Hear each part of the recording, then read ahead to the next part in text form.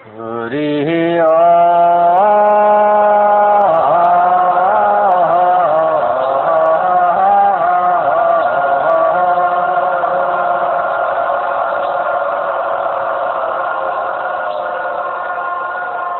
हरि हरि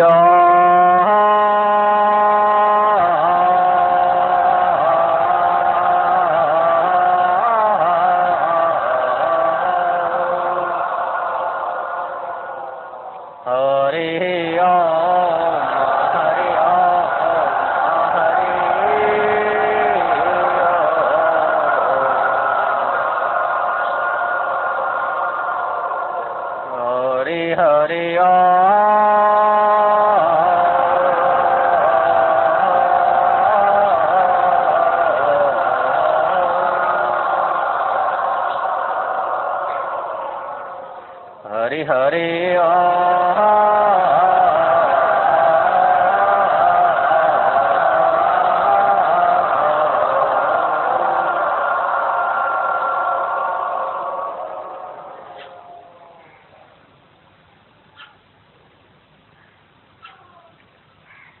मैं शांत स्वरूप आत्मा में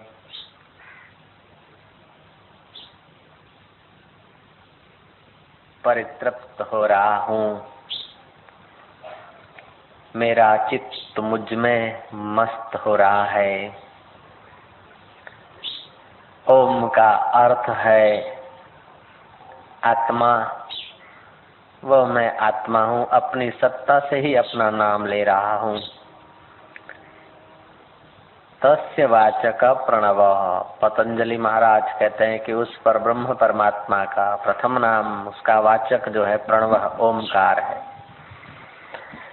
जैसे स्त्रियां अपना मुंह आईने में साफ देख लेती है, ऐसे ही संत लोग ओम का उच्चारण करते ही अपने आप को देख लेते हैं कि मैं ओम स्वरूप आत्मा हूँ। मैं आदि अनादि चैतन्य स्वरूप जो देव है वही मेरा आत्मा है। मैं उसी में आराम पा रहा हूँ। मन ऐसा अनुभव करने लग जाए। हमारी बुद्धि उसी परमात्मा में स्थिर होने लग जाए जिस परमात्मा की सत्ता से बुद्धि निर्णय करती है, हे मेरी बुद्धि अब तो उसमें ही आराम पा ले। मैं शांत स्वरूप आत्मा में स्थिर हो रहा हूँ। इस प्रकार का जो बार बार संकल्प करता है वो आत्मा में स्थिर होने लगता है। दुख चिंताएं तब तक सताती है जब तक हम अनात्मा में स्थिर होते हैं। जब हम आत्मा में स्थिर होने लगे तो दुख चिंताएं और शोक पलायन होने लगते। आप अपने आप को, अपने आत्मदेव को खूब प्यार करिए। तुम्हारे हृदय में खूब प्रेम भर दीजिए।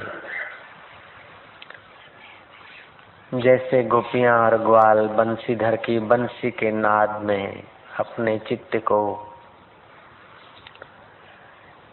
पिरो देते थे, जैसे सागर चांदनी में अपने को पिरो देता है और छलकने लग जाता है, ऐसे ही चांदों का चांद जो तुम्हारा आत्मदेव है, जो परमात्मा है, उसी में अपने चित्त को मस्त होने दीजिए। कर्कटी राक्षसी हिमालय के शांत शिखर में जहाँ स्थित हुई और उसने वरदान पाने के लिए ध्यान करना शुरू किया। पाना तो कुछ संसारी पदार्थ था, पाना तो सरकने वाली चीज था, लेकिन ध्यान करते करते शाश्वत शांति में डूबती गई और सतपद को प्राप्त हुई। वही कर्कटी राक्षसी मंगला और हिंगला देवी के नाम से अभी पूजी जाती है। उस अंतर्यामी परमात्मा का ध्यान करने वाली कर्कटी राक्षसी मंगला और हिंगला देवी के नाम से पूजी जा सकती है, तो ये मानवी अंतर्यामी आत्मा में स्थिर हो जाए तो ये मानवी महेश्वर होकर पूजा जाए, इसमें क्या आश्चर्य है। सब घट मेरा साइया, खाली घट ना कोई। बलिहारी वो घट की, जा घट प्रगट होई। जो उस परमात्मा का चिंतन करते करते अपने को डुबाता जाता है, शांत होता जाता है, वो उस परमात्मा पद में विश्रांति को पाता है। ओम ओम ओम ओम ओम।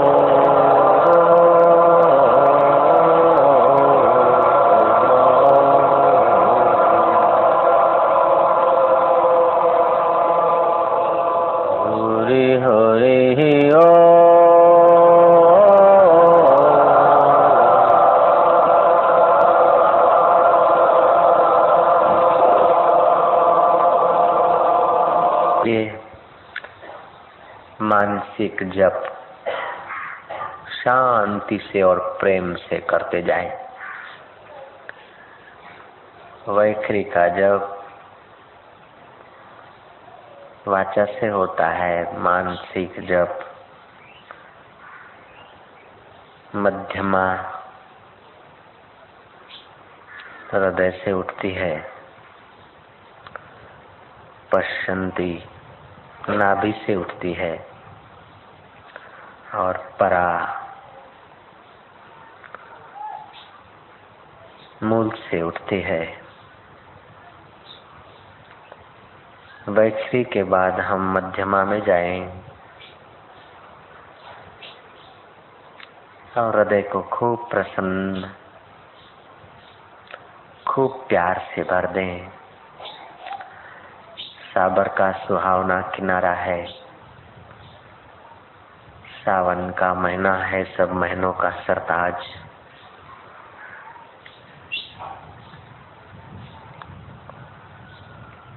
और परमात्मा का सब प्यारे नामों से भी महाप्यारा सार गर्भित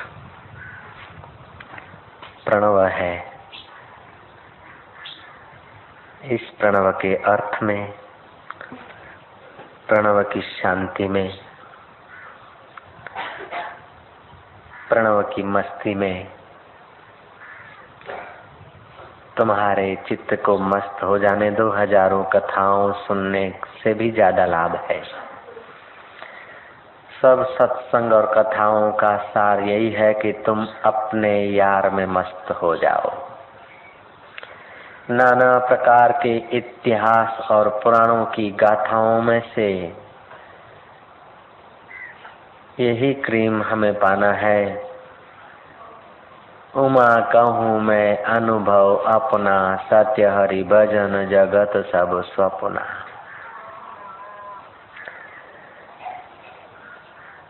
कई जन्मों का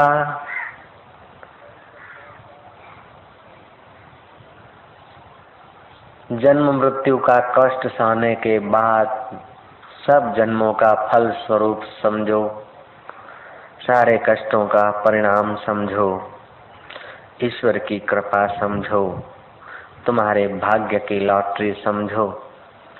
सबका सार मनुष्य जन्म, मनुष्य जन्म का सार कथा कीर्तन, कथा कीर्तन का सार सत्संग, और सत्संग का सार सत्य स्वरूप आत्मा में विश्रांति। आज तुम सत्य स्वरूप आत्मा में विश्रांति को उपलब्ध होने के लिए डूबते जाओ। सारे सारों का सार वो सब यारों का यार है। कर यारी उस यार से जो सब यारों का यार है, जो सबका सूत्रधार है, जो हर पुतली नाच नचा रहा है, जो ऋषियों के आईनों में प्रकाशित हो रहा है, जो तुम्हारे दिल के धबकारों को देख रहा है, जो तुम्हारी रक्त वाहिनियों में अपनी चेतना का फोर्स दे रहा है, जो तुम्हारे बाल बढ़ाने की प्रक्रिया का आधार है, जो तुम्हारा भोजन पकाने का परम ओज स्टेशन है, जो तुम्हारी बुद्धि के निर्णय को देखने वाला दृष्टा परमात्मा है, जो तुम्हारे दिल में बैठकर वो दिल भर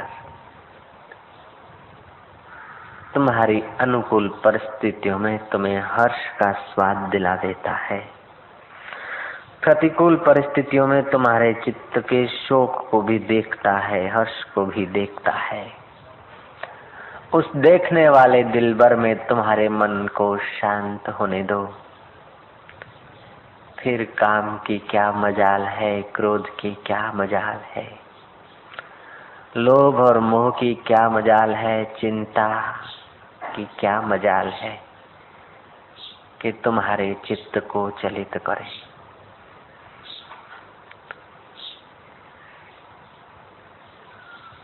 तुम अपने चित्त को खूब प्यार से भरते जाओ,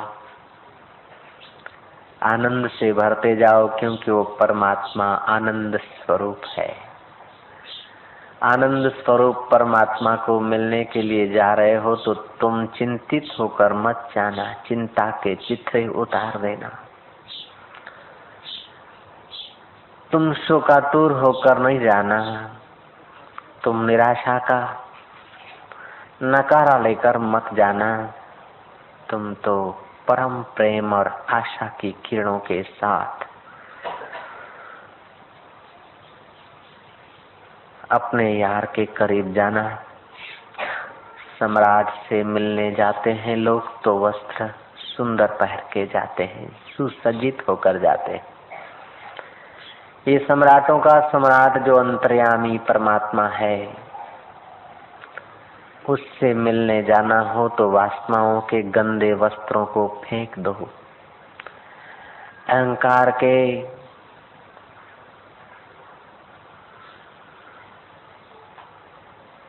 चित्रों को दूर फेंक दो। मेरे तेरे की कल्पना से जो तुम्हारा मुंह गंदा हो रहा है, उसको प्रभु के प्रेम से प्रक्षालन करते हुए पवित्र होते होते तुम्हारे चितड़े को चितचोर के करीब ले जाने दो। वाह वाह, हजार हजार उसकी मेहरबानियां हैं, लाख लाख उसकी करुणाएं हैं। हे मेरे अंतर्यामी प्रभु, तेरी लाख लाख मेहरबानियां हैं, करोड़ करोड़ करुणाएं हैं मेरे नाथ। अब मैं तेरे करीब हो रहा हूँ। मैं तेरे करीब एक कदम ही चल पाऊं तो काफी है, लेकिन तू 999 कदम चल देगा।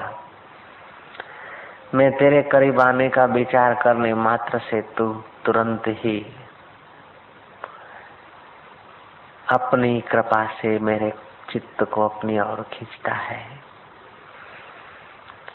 हे मेरे अंतर्यामी, हे योगियों की आत्मा,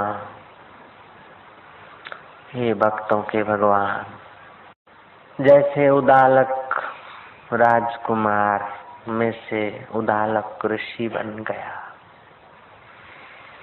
एकांत देश में अपने चित्त को तुझी चैतन्य में स्थिर करने लगा,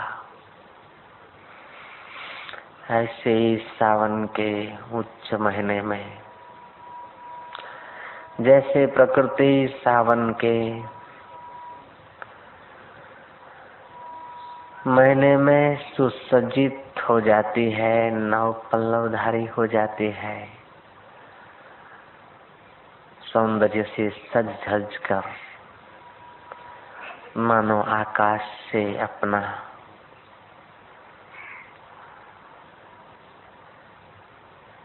ओज और सौंदर्य की स्पर्धा करने को जा रही है। वहाँ आकाश की रिमझिम बरसती है, प्रकृति अपनी प्रसन्नता के हर्षित आंसू बहाती है, और यहाँ अपनी सौंदर्यता, पृथ्वी अपनी सौंदर्यता का संदेश देती है। ऐसे ही तुम्हारा चित्त सद्गुणों की सौंदर्य का संदेश देता रहे, और परमात्मा के नाम की सुंदर छड़ी होती रहे चित्त में। मानो बाहर आकाश और पृथ्वी सावन की खबर दे रहे हैं, तो भीतर तुम्हारा चित्त परमात्मा मस्ती के सुश्रृंगार करके सावन की खबरें दे रहा है। शांत वातावरण में तुम्हारा चित्त परमात्मा की शांति में डूब रहा है।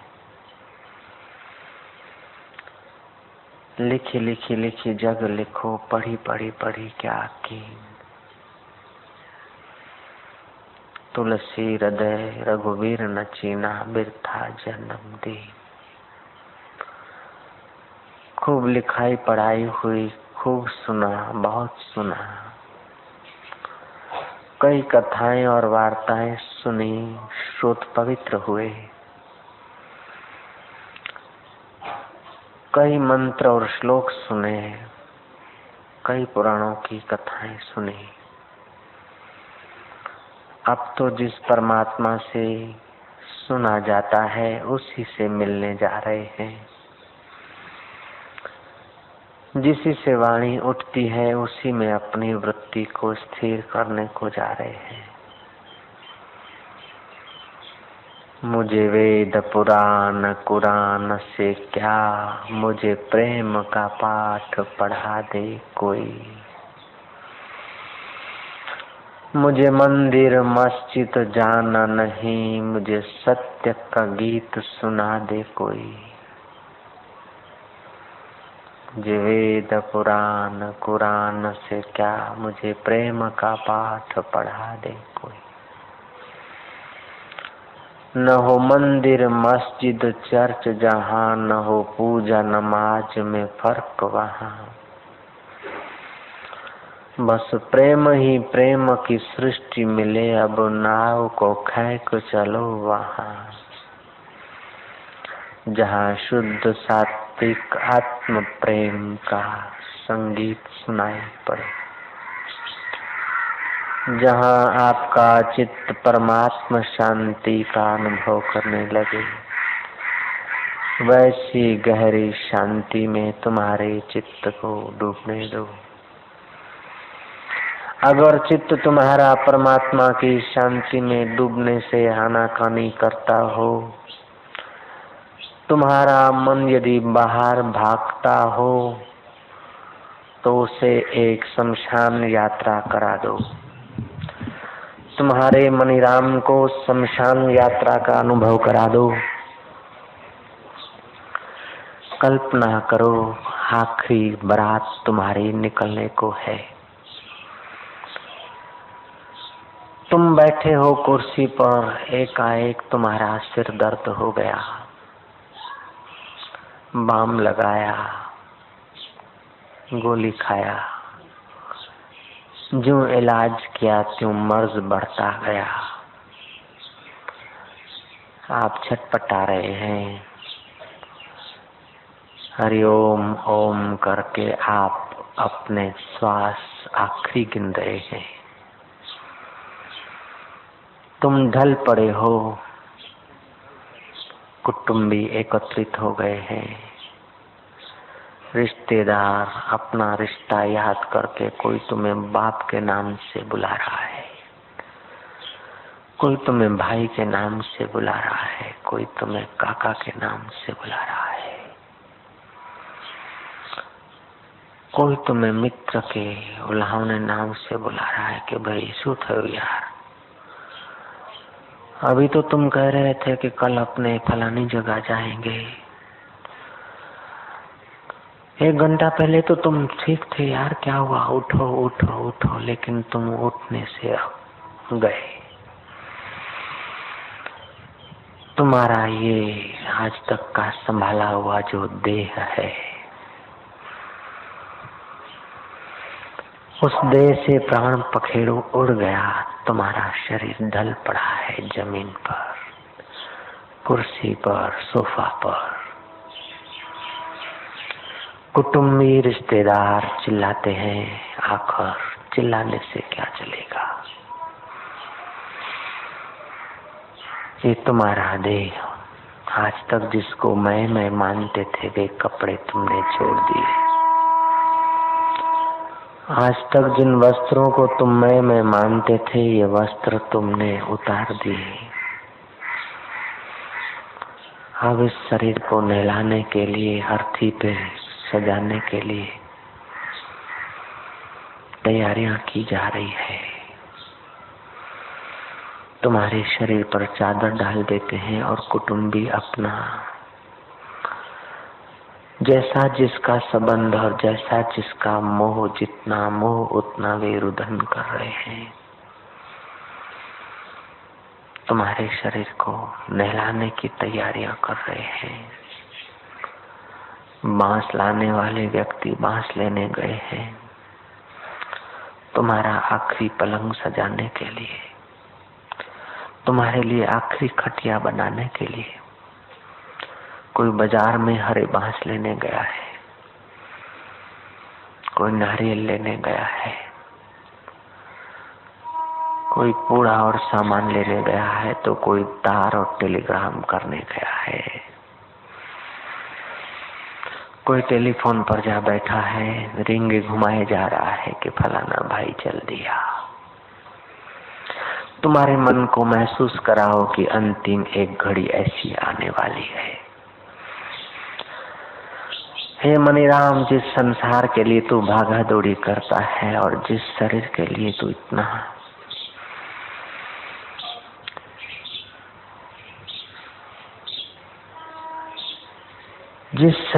तू इतना व्यामोह में फंस रहा है, वह शरीर ढल पड़ा है। अब उसे यार साथी मित्र कमरे में ले जा रहे हैं। इस शरीर को नहलाते हैं, लेकिन गर्दन टेढ़ी हो गई है, हाथ हिल नहीं सकते, पैर पसार नहीं सकते। आज तक जिसको मैं मानते थे, उस खिलौने के हाल देख लो जरा। आज सुधी जिन्हें हूँ मानता था, ते रमकड़ा ना दर्शन करो तमे। उस खिलौने के तुम मानसिक दर्शन करो। मनीराम को बताओ कि आखिर ये हाल होने वाले हैं। जिसको तू मैं मान रहा है, उसके ये हाल होने वाले हैं। आंखों के पोपचे थोड़े से खुले रह गए हैं। अब ये प्यारी प्यारी आंखें डरावनी लगती है, भीभीत से लगती है, बेहोदी लग रही है। ये प्यारे प्यारे होठ जो मुस्कान करते थे वो अब मानो कि जगत की स्थिति को देखकर हंस रहे हैं, अपनी जीवन यात्रा पर हंस रहे हैं अथवा पश्चाताप कर रहे हैं। ये गर्दन मुरझा गई है, मानो ये संसार की असारता को याद करके मुरझाती जा रही है। मित्र तुम्हारे शरीर को नहला रहे हैं, मित्र तुम्हारे शरीर को, मुर्दे शरीर को नहलाए उसके पहले तुम अपने को ब्रह्म ज्ञान से नहला देना। कुटुंबी और परिचित लोग तुम्हारे शरीर को पानी से नहलाए उसके पहले तुम ब्रह्म विद्या से नहा लेना। यार और साथी तुम्हारे शरीर को नहलाए उसके पहले ही तुम हरि के ज्ञान से नहा लेना, राम नाम के ज्ञान से नहा लेना, परमात्मा के ज्ञान से नहा लेना। तुम परम पवित्र हो जाना। ये तुम्हारा शरीर नहा रहा है तीर्थों के जल से, शरीर तीर्थ के जल से और नल के जल से, नदियों के जल से नहा रहा है। लेकिन तुम तो नारायण के जल से नहा लेना, तुम तो परमात्मा के जल से नहा लेना। तुम नारायण में डूबते जाना। शरीर चाहे हजारों तीर्थों में नहा ले, लेकिन जो तीर्थों को तीर्थत्व देने वाला है, हरि का नाम, हरि तत्व का ज्ञान, ओम नारायण, ओम नारायण, ओम नारायण, ओम नारायण, ओम श्री नारायणाय नमः, ओम हरे नमः, हरे नमः, हरे नमः, हरे नमः। तुम्हारे शरीर को नहलाया जा रहा है। अब शरीर की डरावनी स्थिति है।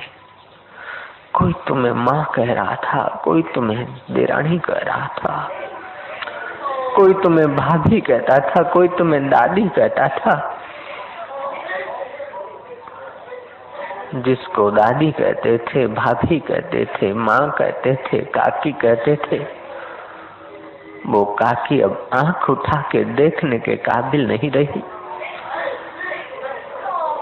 काकी अब होठ फैलाकर मुस्कुराने के काबिल नहीं रही। काकी अब दांत हिलाकर बात करने के काबिल नहीं रही। काकी अब पैर चलाकर तुम्हारे करीब आने के काबिल नहीं रही। जो तुम्हें जो कहते थे, कोई काकी कहता है तो कोई माँ कहता है, कोई मौसी कहता है। तुम्हारा शरीर तो एक था, लेकिन संसार के कल्पित संबंध अनेक थे। वो अनेक संबंध एक झटके में खत्म हो रहे हैं। किसी की काकी मर गई तो किसी की मौसी मर गई है, किसी की माँ मर गई है तो किसी की बहन मरी है, किसी की पड़ोसन मरी है तो किसी की सखी सहेली मरी है। ये कल्पनाएं लोगों की मर रही है और लोग कल्पित धूम मचा रहे हैं।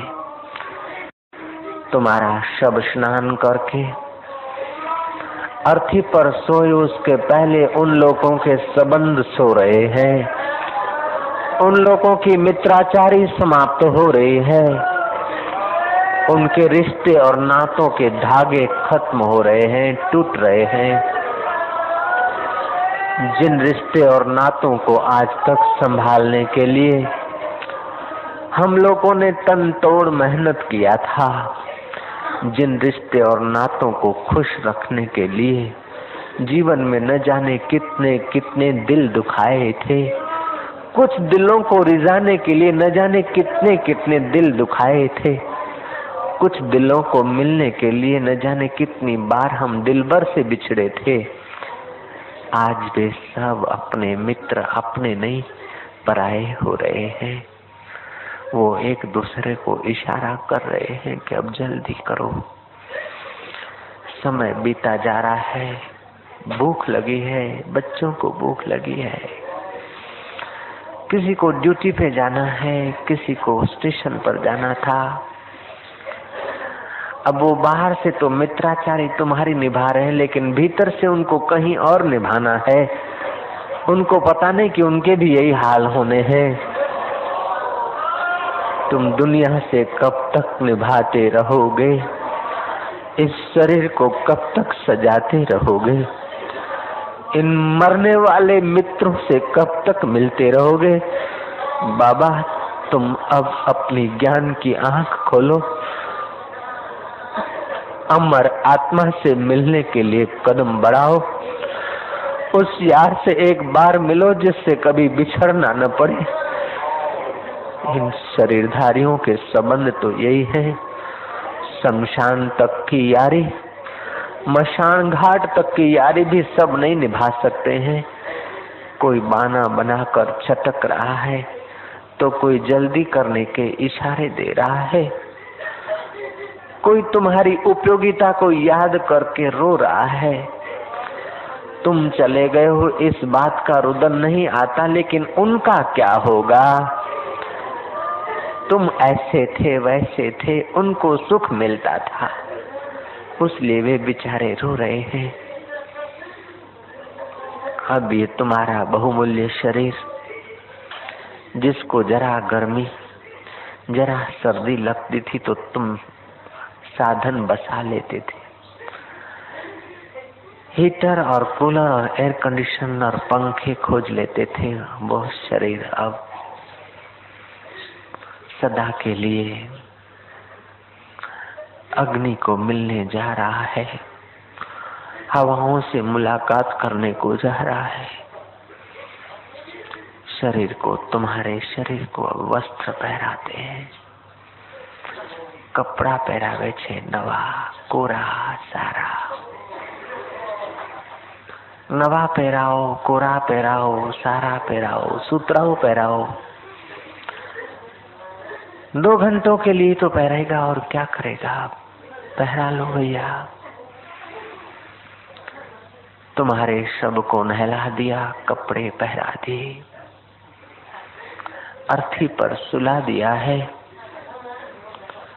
यारो, हम बेवफाई करेंगे, तुम पैदल होंगे और हम कंधे चलेंगे। अब आप कंधों पर चलने के लिए काबिल हो गए। आज तक जिसको तुम मैं मान रहे हो, वो अब कंधों पे चढ़ने की तैयारी में है। जिन मित्रों को तार, टपाल, टेलीग्राम पहुंचे हैं, नजदीक के मित्र आ गए हैं, थैली फेंक देते हैं, सूटकेस रख देते हैं, तुम्हारी अर्थी को लिपट पड़ते हैं कि हे भाई चल दिया, हे मित्र, हे काका, जिसका जो संबंध है पुकार कर तुमको आलिंगन करता है।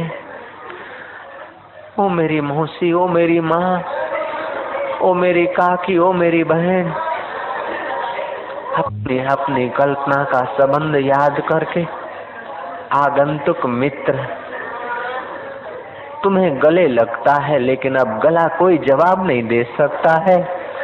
अब वो गला सदा के लिए बंद हो गया है, क्योंकि गले को बोलने की सत्ता देने वाले परमात्मा का संबंध रखने वाला अंतवाहक शरीर कहाँ है? तुम्हारी अर्थी को आलिंगन कर रहा है, तुम्हारे गले लग रहा है, लेकिन तुम सदा के लिए अब जा रहे हो अग्नि के गले लगने को। तुम्हारे को अब उठाने की तैयारी कर रहे हैं। 4 ડાકિયા તૈયાર થઈ ગયા છે, 4 કાંધી तैयार थी व्यान। तुम्हें उठाते हैं, शुकन करते हैं, साथ में कुछ लड्डू बड्डू ले लेते हैं। बच्चों के बाल उतरवा रहे हैं, वो बाल, एक आदमी बाल लेने को भाग रहा है। अब तुम्हारे साथ स्वागत में ये बच्चों के उतारे हुए बाल हैं। तुम्हारे स्वागत में कुछ लकड़ियां चलेगी, तुम्हारे स्वागत में कुछ आंसू चलेंगे, तुम्हारे स्वागत में कुछ दिखावा चलेगा, और अंत में प्यारा प्यारा नाम चलेगा, राम राम संग है। सतनाम संग है, राम राम संग है। ये पवित्र नाम तुम्हारे स्वागत में चलेगा। अब लोग कंधे पर उठाने की तैयारी कर रहे हैं, मित्र आक्रांत कर रहे हैं, शत्रु भीतर से खुश होकर बाहर से दिखावा कर रहे हैं, और जिनके साथ तुम्हारा कोई संबंध नहीं है वे तुम्हारा मृत्यु सुनकर चल देते हैं अपने काम धंधे पर। उन पागलों को पता नहीं कि उनकी भी यही हालत होने वाली है। अरे राम राम, आવું થયું? શું થયું? માથું દુખતું તું ને गया, हार्ट अटैक થયો ને गया, पेट में दर्द था और गया, जरा दम की तकलीफ थी और गया, जरा टीबी थी और गया, और तंदुरुस्त था, केवल जरा सा बस पेट में दर्द करके चला गया। कोई न कोई निमित्त बना है। उस जिस निमित्त से तुम चल दिए हो उस निमित्त को कोई पूछ कर चल देते हैं कि बस जरा पेट दुखी जता रहा, माथું દુખી જતા રહ્યા। અરે માથું દુખે કે આખું શરીર દુખે, પણ જવાનું તો છે ને છે, ગમે તે નિમિત્ત થાય। सिर दर्द हो चाहे ऐसे ही चले जाए, चुपके से चले जाए कि चिल्ला चिल्ला के चले जाए, बीमार होकर चले जाएं कि तंदुरुस्त रहते ही चले जाएं, बात करते करते चले जाएं कि बात सुनते सुनते चले जाएं, सोते सोते चले जाएं कि जगते जगते चले जाएं, मुसाफरी करते करते चले जाएं, कोई ठिकाना नहीं, कोई भरोसा नहीं। ए गाफिल न समझा था मिला था तन रतन तुझको, मिलाया खाक में तूने ऐ सजन क्या कहूँ तुझको। ये मनुष्य जन्म रत्न शरीर, नर रत्न देह तुझे मिली थी, नर रत्न देह तुझे मिला था, उस देह को तूने खाक में मिला दिया, उस देह को तूने संसारी खिलौनों को संभालने में मिला दिया। मिले ना या खबर पुख्ता ए वतन और कफन तुझको। तुम्हारा शरीर अपने वतन में छूटता है कि दूसरे वतन में छूटता है, अपने घर से चले जाते हो कि पराए घर से चले जाते हो, या प्लेटफॉर्म से ही चल जाते हो, कोई पता नहीं। तुम्हारा ये जो प्यारा प्यारा शरीर था, तुम्हारा जो ये संभाला हुआ देह था, तो देह मौत के समय जाएगा। तुम मान लो कि उसी की ये हालत हो रही है। तुम्हारे इस शरीर को अर्थी पर चढ़ा रहे हैं, राम बोलो राम करके ले जा रहे हैं। तुम्हारा ये शरीर जो संभाला और संवारा था,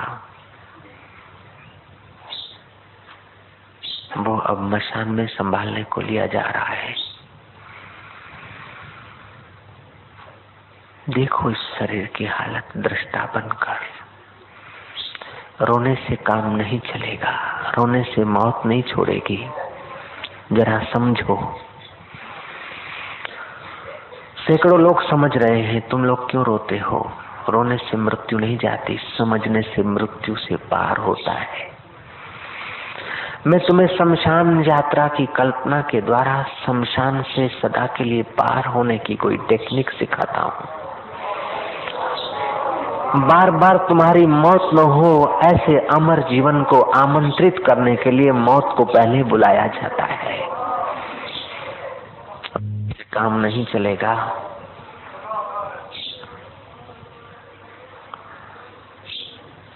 खूब अक्ल का उपयोग करेंगे। शांति, असीम शांति। देखो जरा मौत को। रोने से यात्रा अटपटी हो जाएगी, लंबी हो जाएगी। देखते जाओ।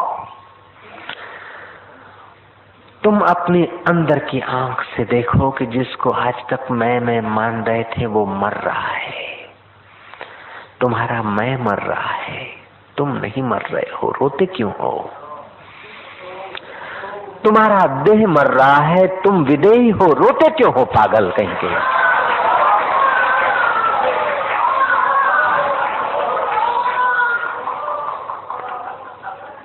तुम्हारे शरीर को अर्थी पर रख दिया है, तुमको अर्थी पर कौन चढ़ा सकता है? किसके बाप की ताकत है कि तुम्हें अर्थी पे चढ़ाए? पागल, तुम्हें कोई अर्थी पे नहीं सुला सकता। तुम तो अर्थियों के साक्षी हो, अर्थी अनर्थी सबसे परे हो तुम अपने को जानो।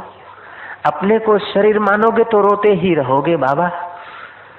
तुम ऐसे शरीर कई बार छोड़कर आए हो, कब तक रोते रहोगे? जरा देखो, जिसको मैं मान रहे थे, जिसको मैं मान रहे थे, वो शरीर चढ़ गया है अर्थी पर, अर्थी चढ़ गई है कंधों पर, और कंधे पैरों के सहारे अर्थी को उठाए ले जा रहे हैं।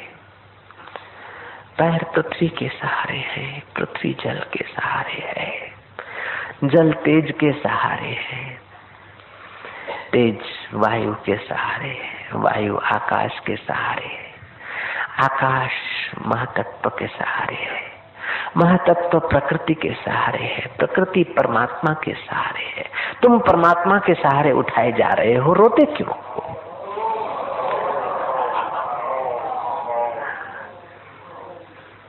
और जो उठा रहे उनके दिल में भी वो परमात्मा की चेतना विशेष चमक रही है।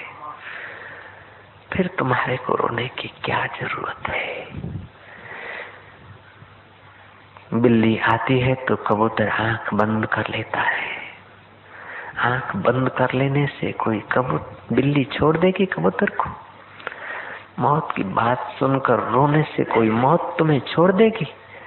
नहीं, मौत को समझना होगा, निर्भीक होकर मौत को आमंत्रित करना होगा, दृष्टा होकर मौत को निहारना होगा। कायरों की नाही कब तक रोते रहेंगे? कब तक मौत से डरते रहेंगे? जहाँ मरने ते जग डरे, मेरे घर आनंद। कब मरिए कब मिलिए, पाइए पूर्ण परमानंद। मरो मरो सबको कहे, मरना न जाने कोई। एक बार ऐसा मरो कि फिर मरना न होई। मैं तुम्हें ऐसा मौत सिखा रहा हूँ और तुम रो रहे हो। तुम्हें खुशियां मनानी चाहिए कि सब मौतों से पार का मौत हो रहा है। हमारे देहाध्यास का मौत हो रहा है, हमारे अहंकार का मौत हो रहा है, हमारे अज्ञान का मौत हो रहा है, हमारी नासमझी का मौत हो रहा है। नासमझी से देह को मैं मान रहे थे, वो देह की मृत्यु है, मेरी मृत्यु नहीं है। मेरी मृत्यु होती तो हजारों बार मृत्यु हुई, मैं मर जाता। तुम नहीं मरे हो बाबा, तुम तो अमर हो। तुम्हारे खिलौने मरते हैं, तुम खिलौनों के साथ जुट जाते हो, तभी रोना पड़ता है। तुम खिलौनों के साक्षी बने रहो। ये देह रूपी खिलौना जिसको आज तक ना समझी से मैं मान रहे थे हम लोग, इस देह को ले जा रहे हैं अर्थी पर।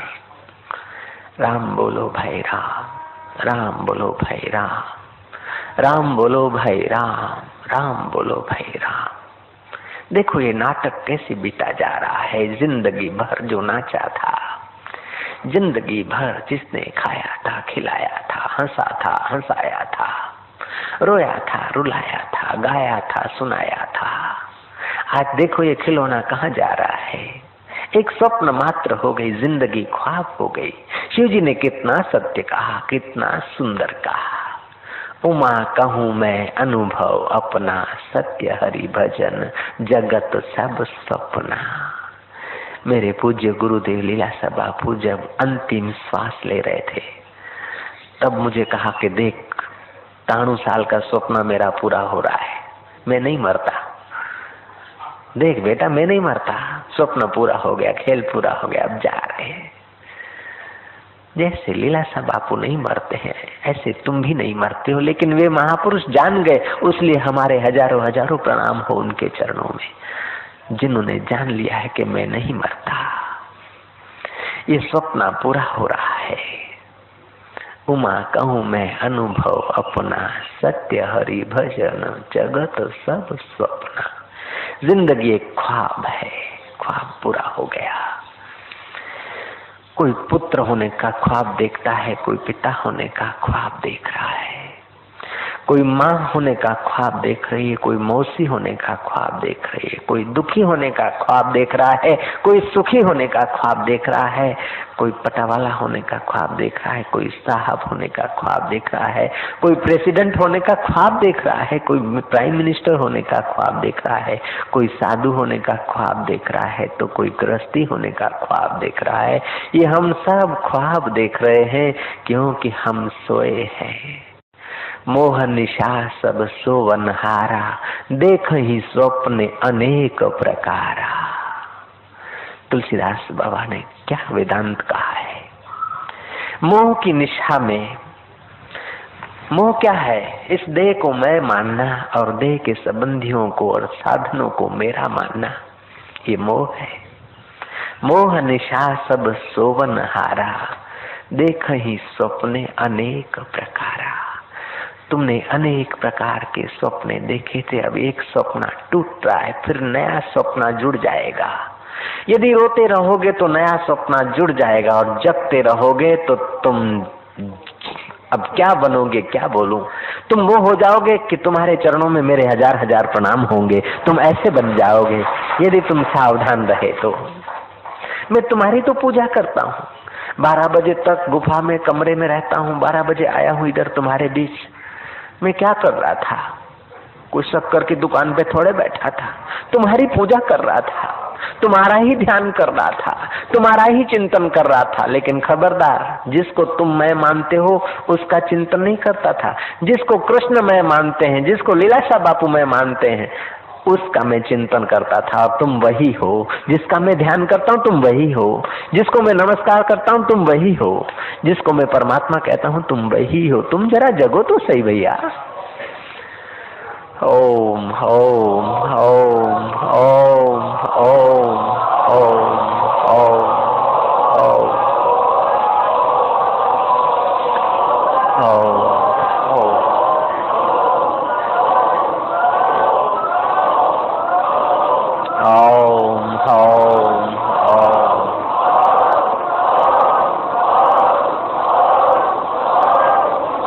ओम अब देखते जाना, जगते जगते इस ध्यान के मौत को देखोगे न, तो जो 5-25 साल के बाद होने वाली मौत है उसको भी देख लोगे, तो उस समय भी तुम मुक्त हो सकते हो। ये ध्यान यदि तुम्हें पच गया और इसी ध्यान की तरकीब मरते समय भी आ गया, आहा, अपि चेत् दुराचारेभ्यो पापेभ्यो पाप कृतम सर्व ज्ञान पल्लवेन वृजिनम संतरिष्यसि। हे अर्जुन, तू पापी हो, पापियों में भी महापापी, पापी शिरोमणि हो, लेकिन तू ज्ञान की नाव में बैठेगा तो निसंदेह तर जाएगा। अंत समय भी तुम्हें ज्ञान हो जाए कि मैं नहीं मरता, ये मरता है। मैंने सुनाई थी वो कथा। बुद्ध तप कर रहे थे, तप करते करते शरीर खूब क्षीण हो गया था। हाँ, शरीर में कोई शक्ति सामर्थ्य नहीं रही थी। ऐसे मौके पर सुजाता खीर ले आई और बुद्ध को बल मिल गया। सुजाता उनकी सेवा करती थी। सेवा करने वाला व्यक्ति स्वाभाविक ही निकटवर्ती हो ही जाता है। वो सुजाता बुद्ध की निकटवर्ती हो रही थी। एक दिन बुद्ध बैठे थे, एक अर्थी जा रही थी, राम बोलो भाई राम। बुद्ध उस अर्थी को देखकर खूब हंसे। सुजाता हैरान हो गई। सुजाता ने सुन रखा था कि सिद्धार्थ बुद्ध जब घर छोड़े थे तो इन्हीं कारणों से घर छोड़े थे। वृद्ध को देखकर, बीमार को देखकर, अर्थी को देखकर बूढ़े सन्यासी को देखकर। इस प्रकार मौत को देखकर बुद्ध को संसार से वैराग्य हुआ था और बड़े गंभीर हो गए थे, चल पड़े थे। और आज इसी मौत को देखकर बुद्ध हंस रहे। जिस मौत ने बुद्ध को चोट पहुंचाई वही वैसी ही मौत गुजर रही है किसी की, और बुद्ध हंस रहे। सुजाता चकित हो गई। सुजाता ने कहा, हे बनते, आप मौत देखकर तो हो गए फकीर, हो गए खोजी, और उसी मौत को देखकर आज हंस रहे हैं, क्या बात है? बुद्ध कहते हैं कि सुजाता, मुझे हंसी इसलिए आ रही है कि पहले मैं समझता था कि मैं मरता हूं। मौत को देखकर, किसी की मौत को देखकर मुझे लगता था कि हम भी मरेंगे, लेकिन अब मैं समझ गया हूं कि ये मरेगा, हम कभी नहीं मरते, इसलिए मैं हंस रहा हूं।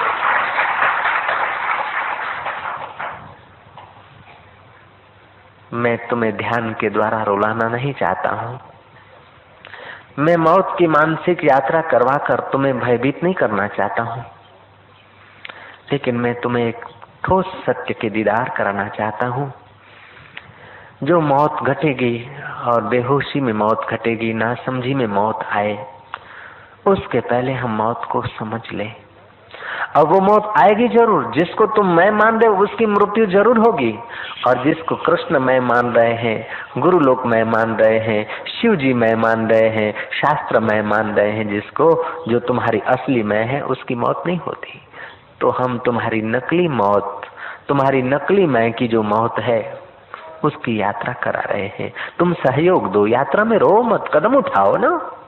रोने से हम छोड़ देंगे हो सकता है, लेकिन समय नहीं छोड़ेगा। रोने से हम छोड़ दें, चलो ध्यान नहीं कराते इस प्रकार का, दूसरा कराएंगे, लेकिन हम छोड़ सकते हैं। तुम रो लोगे, हम छोड़ देंगे इस यात्रा को, लेकिन वो मौत तो यात्रा कराएगा, वो तो करवाएगा ही। वो डंडे मार के यात्रा करवाए, उससे उचित है कि संतों के प्यार और पुचकार के साथ तुम यात्रा कर लो, ताकि डंडों के द्वारा यात्रा फिर न करनी पड़े बार बार। फिर आखिरी यात्रा हो जाए, एक बार ही यात्रा हो जाए। क्या बात है? अब तालियां बजा रहे हो। वही चित्त था तुम्हारा जो रो रहा था, और वही चित्त हंस रहा है। जिस समय तुम्हारा चित्त रो रहा था, उसको भी तुम भीतर देख रहे थे, और जिस समय अभी हंस रहा है और तालियां बजा रहा है, इसको भी तुम देख रहे हो। तुम वही हो। उत्तिष्ठ, जागृत, उठो, जागो। कब तक इस मोह निशा में सोओगे? मोह निशा सब सोवन हारा, मोह निशा सब सोवन हारा। देखहि स्वप्ने अनेक प्रकारा, देखहि स्वप्ने अनेक प्रकारा। अनेक प्रकार के हम लोग सपने देखते हैं।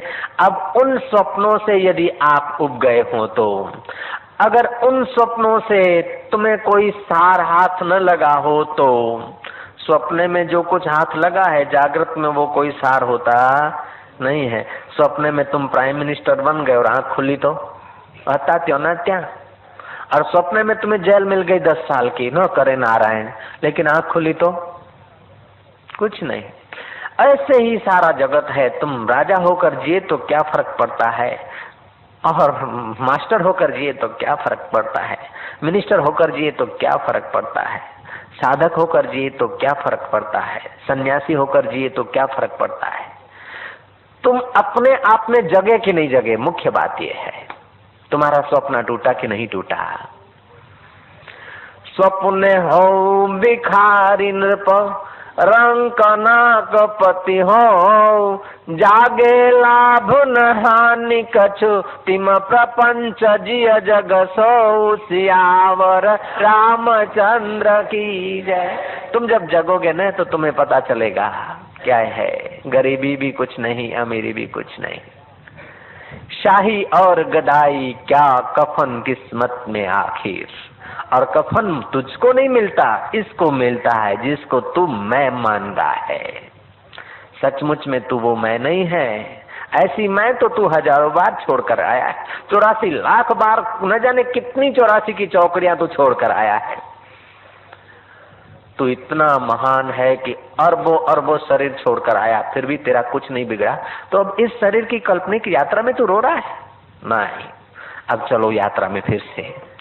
ओम ओम ओम। मानो तुम्हारा जो शरीर है, जो तुम आज तक में मान रहे थे, वो अर्थी पर पहुंच गया। फिर से चल रही है अर्थी। राम बोलो भाई राम, राम बोलो भाई राम। बाजार से गुजरी है, दुकानदार सीधा तोल रहे हैं, वो देख रहे जाने बलाड़ी हाँकता होय, કૂતરો બોલાવતા હોય, પણ કૂતરો બોલાવે કે બલાડી હાંકે તેથી મૃત્યુ હંકાઈ જશે નહીં ભઈલા, તારે એ રીતે જવું પડશે। હવે જરાક જોખવાનું ઓછું રાખ। Home home. फिर लग गया वो कांटा तोलने में। आगे गई अर्थी तुम्हारी। किसी फ्लैट से किसी आदमी की नजर पड़ी है। ओ कर दिया। मौत से सब डरते हैं। ओ क्योंकि जाना तो यही है, आखिर यही होना है, उसलिए ओ हो जाती है, आ हो जाती है। ऑफिसरों की, साहबों की ओ आ हो जाती है। तो तुम यदि भावना में इस यात्रा को कर रहे हो तो रोना स्वाभाविक है, क्योंकि तुम रोने वाले जगत से ही तो आ रहे हो ना बाबा। फकीरों की दुनिया से थोड़े हम लोग आए हैं, इसलिए तुम्हारा कसूर नहीं है। तुम्हारे पर मैं नाराज नहीं हूं, लेकिन तुम्हें मैं सावधान करने के लिए कह रहा हूं, रोने से काम नहीं चलेगा। समझो तुम्हारी अर्थी जा रही है। जो न मरने वाला हो वो इस प्रकार का ध्यान न करे, जिसका शरीर सदा के लिए रहे। और मुझे तो लगा है कि ऐसा पृथ्वी पर कोई माई का लाल आया नहीं जिसको ये देह छोड़ना न पड़ा हो। चाहे फिर वो सेठ हो, चाहे साहूकार हो, चाहे नौकर हो, चाहे राजा हो, चाहे प्रजा हो, चाहे साधु हो, चाहे भिखारी हो, चाहे संत हो, चाहे असंत हो, चाहे दूसरे को फूंक मारकर उठाने वाला हो, कृष्ण हो, चाहे क्राइस्ट हो, बुद्ध हो, चाहे मोहम्मद हो, मियाँ हो, चाहे हिंदू हो, सबको जाना पड़ा है। क्योंकि संसार है, सरकने वाली चीजें हैं। यहाँ जिसका सर्जन होता है उसका विसर्जन होकर ही रहता है। चांद सफर में, सितारे सफर में, दरिया सफर में, दरिया के किनारे सफर में, तो यार तुम बेसफर कैसे रह सकते हो? तुम भी सफर में हो, होने दो इसका सफर जिसका हो रहा है। अब तुम्हारी अर्थी का सफर हो रहा है। राम बोलो भाई, राम हो रहा है। कोई ऑफिस से निहारता है, कोई दुकान से निहारता है, कोई स्कूटर से निहारता है, कोई कार से निहारता है, कोई डबल डेंकर से निहारता है, कोई सिंगल डेंकर से निहारता है। सब निहारते और अपने अपने काम में जम जाते हैं। और तुम जा रहे हो, कौन तुम्हारे साथ आएगा? जो तुम्हें साथ लिए जा रहे हैं वे भी तुम्हें छोड़कर लौट के आएंगे। तुम्हारे साथ कौन चलता है? जिन्होंने वायदे दिए थे कि मैं साथ में हूँ, तुम घबराना मत, हूँ साथे छू, तू चिंता करिश नहीं, मैं तेरा साथी हूँ, मैं तेरे साथ रहूंगा जब तक रहेंगे चांद सितारे। हम हैं तुम्हारे, तुम हो हमारे। जिन्होंने वायदे किए थे वे सब तुम्हें अब आखिरी यात्रा तक साथ दे रहे हैं। आखिरी यात्रा क्या, शमशान तक लिए जा रहे हैं। शमशान के करीब तुम्हारी अर्थी पहुंची है, तुम पहुंच गए शमशान के करीब। सुकन किया गया है, मटकी फोड़ी, जिनमें जो रिवाज होता है, जिन लोगों में कुत्तों को लड्डू बांटे, बाल बिखेर दिए। एक आदमी भागा भागा गया शमशान में कि 12 मन तोलो, पैसे जरा ज्यादा है तो 16 मन तोलो, और जरा धन ज्यादा है तो 18 मन तोलो, शरीर ने जरा चर्बी रखी है ज्यादा तो 20 मन तोलो। 20 मन तुलवा ले तुम्हारा बच्चा, तुम्हारा कुटुंबी, 16 मन तुलवा ले, 12 मन तुलवा ले, लेकिन आखिर में मिलेगी तुम्हें अग्निदान। अग्निदान मिल रहा है, अग्निदान की तैयारी हो रही है।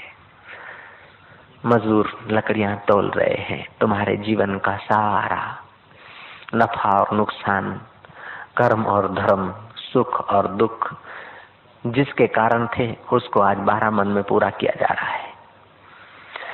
जिसकी माल मिलकत थी वो आज 12 मन लकड़ी का अधिकारी मात्र है। लेकिन ये लकड़ियां भी साथ में न ले जाएगा, लकड़ियां और खुद वो यहाँ रह जाएगा। ओम ओम ओम। क्या देह की नश्वरता और क्या मनुष्य तेरी ममता, क्या देह का बेहालपना और क्या मनुष्य तेरी लंबी चौड़ी कल्पना और वासना। हम अभी यहाँ बैठे हैं, दिन का 1:17 हो रहे हैं। इतवार का दिन है, सावन का महीना है। लेकिन मृत्यु ऐसा नहीं सोचती कि सावन का महीना है, मैं पृथ्वी पर न जाऊं। अभी इस समय तुम अहमदाबाद शहर के शमशानों में जाकर जांच करो, कई मुर्दे जल रहे हैं। मुख्य मुख्य जो शमशान है 3-4, उनमें तो लाइन लगी रहती है, अभी बबक बबक हो रहे हैं। कल 1:17 को वे लोग घूम रहे थे। उन लोगों की कोई कोई कल्पना थी, कोई कार में घूम रहा था तो कोई जहाज में घूम रहा होगा, किसी को बंबई जाना होगा तो किसी को कलकत्ते जाना होगा, तो किसी का पासपोर्ट तैयार हो गया होगा, वीजा के लिए जाना होगा, तो कोई अमेरिका की यात्रा की तैयारी करता होगा। कल 1 बजे जिनकी कई कई कल्पनाएं थी, वो आज बबुक बबुक बबुक उनकी अर्थियां जल रही है। और आने वाले कल 1 बजे जो लोग बबुक बबुक होने वाले हैं, उनसे पूछो क्या हाल चाल है। लड़के को शादी कराना है, फलाने का पैर गिराना है, फलाने की कुर्सी गिरानी है, फलाने को कुर्सी पर लाना है, फलाना ने બેસાડવો છે ને ફલાણા ને ખસેડવો છે। ભઈલા બધા ખસેલા છે, કોઈ બેઠેલો નથી, બધાના પાયા ખસેલા છે, છેલ્લા પાયા બધાના આય છે। एक फकीर था, बूढ़ा फकीर था। किसी भक्त को श्रद्धा हो गई, ठंडी के दिन थे, फकीर को कीमती दुशाला उड़ा दिया उसने।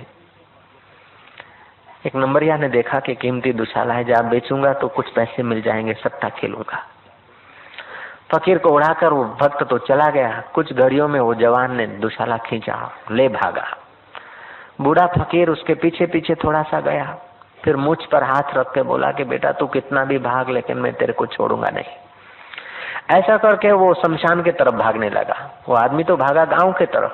दुकानदारों ने कहा कि बाबा जी तुम मुझ पर हाथ रख कर बोलते हो कि तुझे नहीं छोड़ूंगा, तो उसके पीछे तो जाते नहीं, आप तो उल्टी दिशा में भाग रहे हैं और वहां तो शमशान है। बाबा ने कहा मैं वहीं जा रहा हूँ, वो कितना भी भागे, कहीं भी जाए, लेकिन अंत में यहीं आएगा, मैं पहले ही वहां जाता हूँ। तुम बाहर कितने भी भागो, जगत में कितनी भी ऊंचाई से दौड़ो, उड़ो, खाओ पियो, लेकिन अंत में समझ लेना कि जिसको तुम मैं मानते हो उसकी आखिरी जगह यही है। जब आखिरी जगह है, अंत में जाना ही है, तो पहले से जरा वहां दोस्ती कर लिया करो। अंत में जहाँ जाना ही पड़ेगा तो पहले कभी कभी शमशान में जाया करो और अपने मन को समझाओ, ए मनीराम देख यहाँ आना पड़ेगा। यदि देह को मैं माना और शरीर से सुखी होने की कोशिश किया तो अंत में यहाँ आना ही है। अब अंत में यहाँ आना है, तुझे जहाँ दौड़ना है दौड़, जो करना है वो कर, लेकिन अंत में यहाँ आना है, ये रोज याद रखना। तुम्हें 100 आमंत्रण मिल जाए शादी के, तुम न जाओ तो कोई हरकत नहीं, लेकिन शमशान यात्रा, ये आखिरी शादी का कोई आमंत्रण दे पड़ोसी तो भी ठीक है, और न भी दे तो तुम चले जाना। वशिष्ठ जी कहते हैं कि 100 शमशान यात्रा में समझदारी से कोई आदमी जाए तो असाधु भी साधु हो जाएगा, और 100 बारातों में यदि साधु भी जाता है तो साधु असाधु हो जाएगा। शादी विवाह में सज्जन भी जाता है, ऐश आराम और विलास की बातें और हास्य विलास होते हैं, वहां पर सज्जन भी यदि जाता है बार बार तो उसकी वृत्तियां भी नीची होने लगेगी। और शमशान में यदि कोई विवेक से जाता है, समझदारी से जाता है, 100 बार शमशान की यात्रा में जाए, दुर्जन आदमी जाए तो भी सज्जन होने लगेगा, क्योंकि शमशान में ज्ञान और वैराग्य का निवास है। भक्ति तो हम लोग करते हैं, भक्ति तो सब करते हैं। कोई रुपयों की भक्ति करता है, कोई बीवी की भक्ति करता है, कोई पति की भक्ति करता है, कोई पत्नी की भक्ति करता है, कोई बच्चों की भक्ति करता है, कोई जाति की भक्ति करता है, कोई संप्रदाय की भक्ति करता है, कोई मजहब की भक्ति करता है, कोई राष्ट्र का भक्त है, कोई देश का भक्त है, कोई प्रदेश का भक्त है, प्रदेश में जाकर प्रदेश के ही गीत गाने लग जाते हैं, कोई किसी के गीत गाने लग जाते हैं। ये सब खंड खंड के भक्त तो हम लोग हैं, लेकिन उस भक्ति में ज्ञान नहीं, उस भक्ति में वैराग्य नहीं, इसलिए वो भक्ति हमारी रोती रहती है, वो भक्ति हमारी निंदा और स्तुति में ही बंध जाती है। भागवत का प्रारंभ होता है, भक्ति रो रही है और नारद जी संत मिले हैं। रोती हुई भक्ति को नारद जैसे संत मिलते हैं तो भागवत की कथा का प्रारंभ हो जाता है। भक्ति क्यों रो रही है कि उसके बेटे जो है ना वो बूढ़े हो गए हैं और खुद जवान है, माँ जवान है और बेटे बूढ़े हो गए। अर्थात भक्ति करनी हो तो तुम्हारे ज्ञान और वैराग्य बूढ़े न होने चाहिए, ज्ञान और वैराग्य भी जवान होने चाहिए। कथा से तुम्हारा ज्ञान और वैराग्य जवान होता है। शमशान में जाकर विवेक करने से तुम्हारा ज्ञान और वैराग्य जवान होता है। बिना ज्ञान और वैराग्य के भक्ति हमारी रोती रहती है। कोई देश की भक्ति करता है, कोई रुपयों की भक्ति करता है, उनकी अपेक्षा कृष्ण की भक्ति अच्छी है, उनकी अपेक्षा राम जी की भक्ति अच्छी है, शिव जी की भक्ति अच्छी है। लेकिन शिव जी की और राम जी की भक्ति यदि ज्ञान और वैराग्य मिलाकर करो तो शिव और राम तुम्हारे से दूर नहीं रह सकते। तुम्हारे हृदय में वो प्रकट होकर तुम्हें तत्वमसी का उपदेश हजम हो ऐसी जगह पर तुम्हें प्रेरित कर देंगे। कोई जिंदा फकीर किसी जिंदा हस्ती के पास तुम्हें भेज देंगे।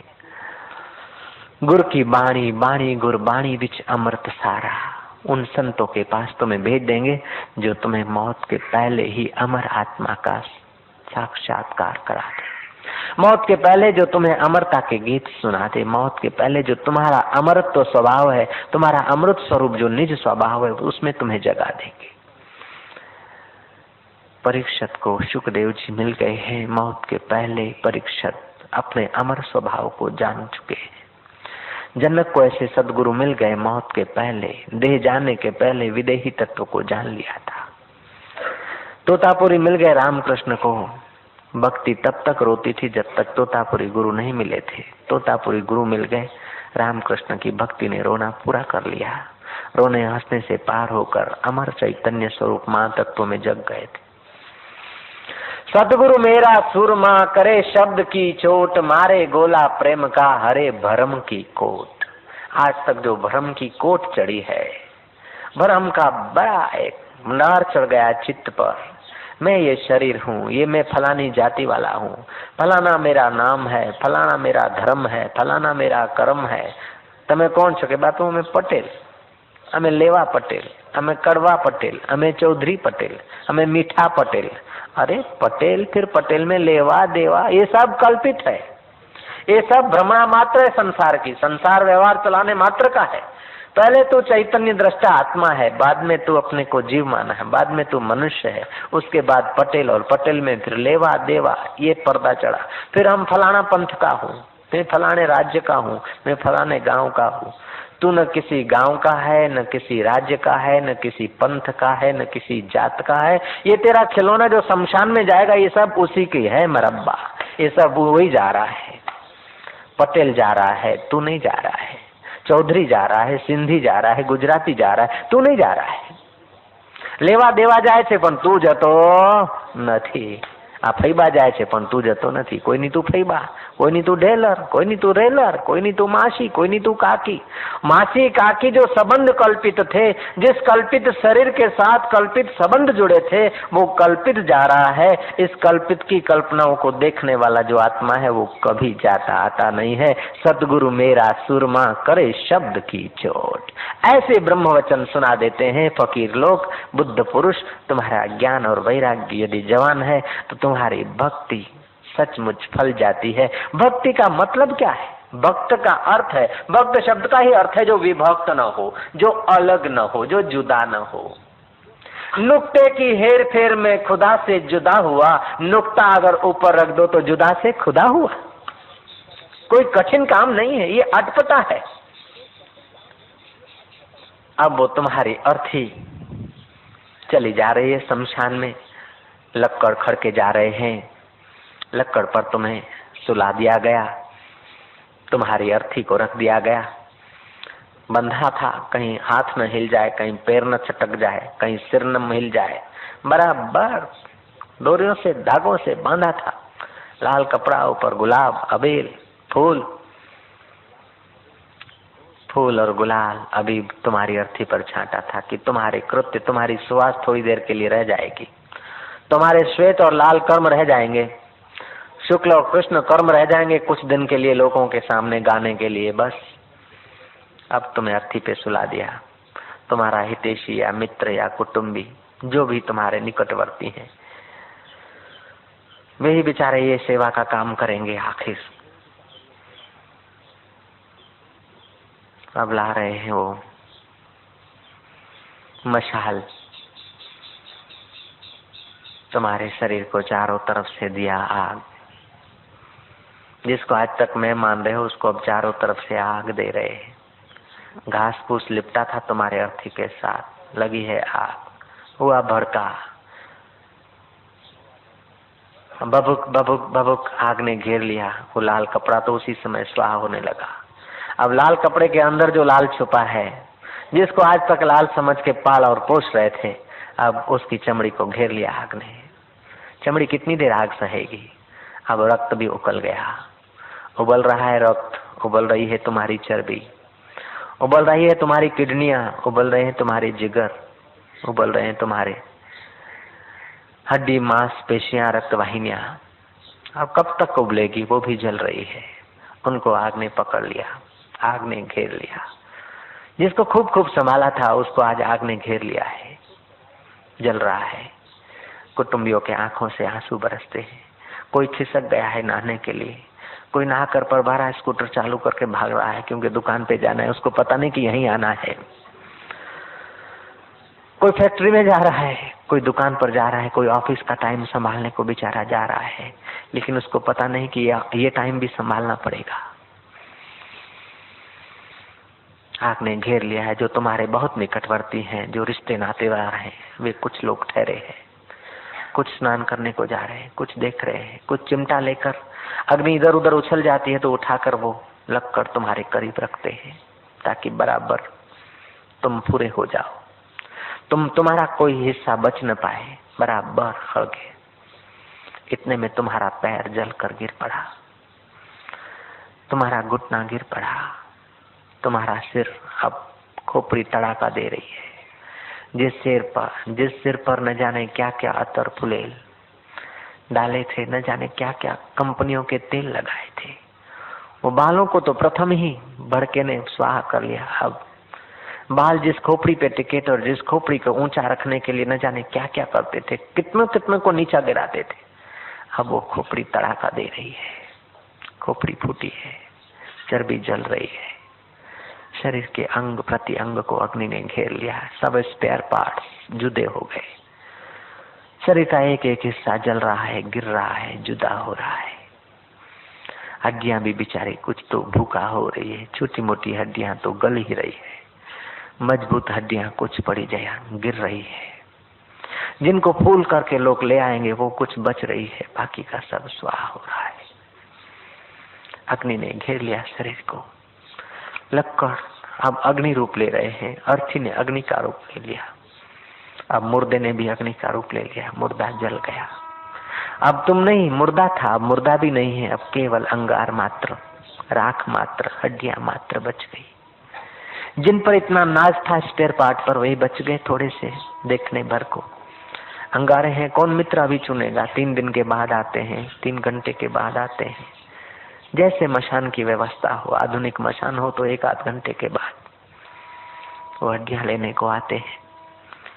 छोटे से डब्बे में वो हड्डियां डालते हैं, घर ले आते हैं। कुटुंबी बोलते घर में लावा अपशु कंचे, घर में लवाए नहीं, घर में मत लाना, दूर कहीं पर रख दो, हरिद्वार जाएंगे तब डाला जाएगा। जो आज तक घर का मालिक था उसकी हड्डियां घर में नहीं आ रही है। वाह वाह, वाह संसार तेरा हाल और वाह मनुष्य तेरी कल्पना, वाह मनुष्य तेरी ममता। ये घर में जो आए, ये मकान किसका है कि मकान मेरा है, दुकान किसका है कि मेरा है, ये जमीन किसकी है कि मेरी है, ये खेत किसका है कि मेरा है, ये कार किसकी है कि मेरी है, स्कूटर किसका है कि हमारा है, साइकिल किसकी है कि हमारी है, मोटर किसकी है कि हमारी है, बुलेट किसका है कि हमारा है। अरे यार, बुलेट तुम्हारा नहीं, घर तुम्हारा नहीं, मकान तुम्हारा नहीं, यार तुम्हारा नहीं, पड़ोसी तुम्हारा नहीं, शरीर भी तुम्हारा नहीं है। तू हमारा हमारा करके कब तक जिएगा?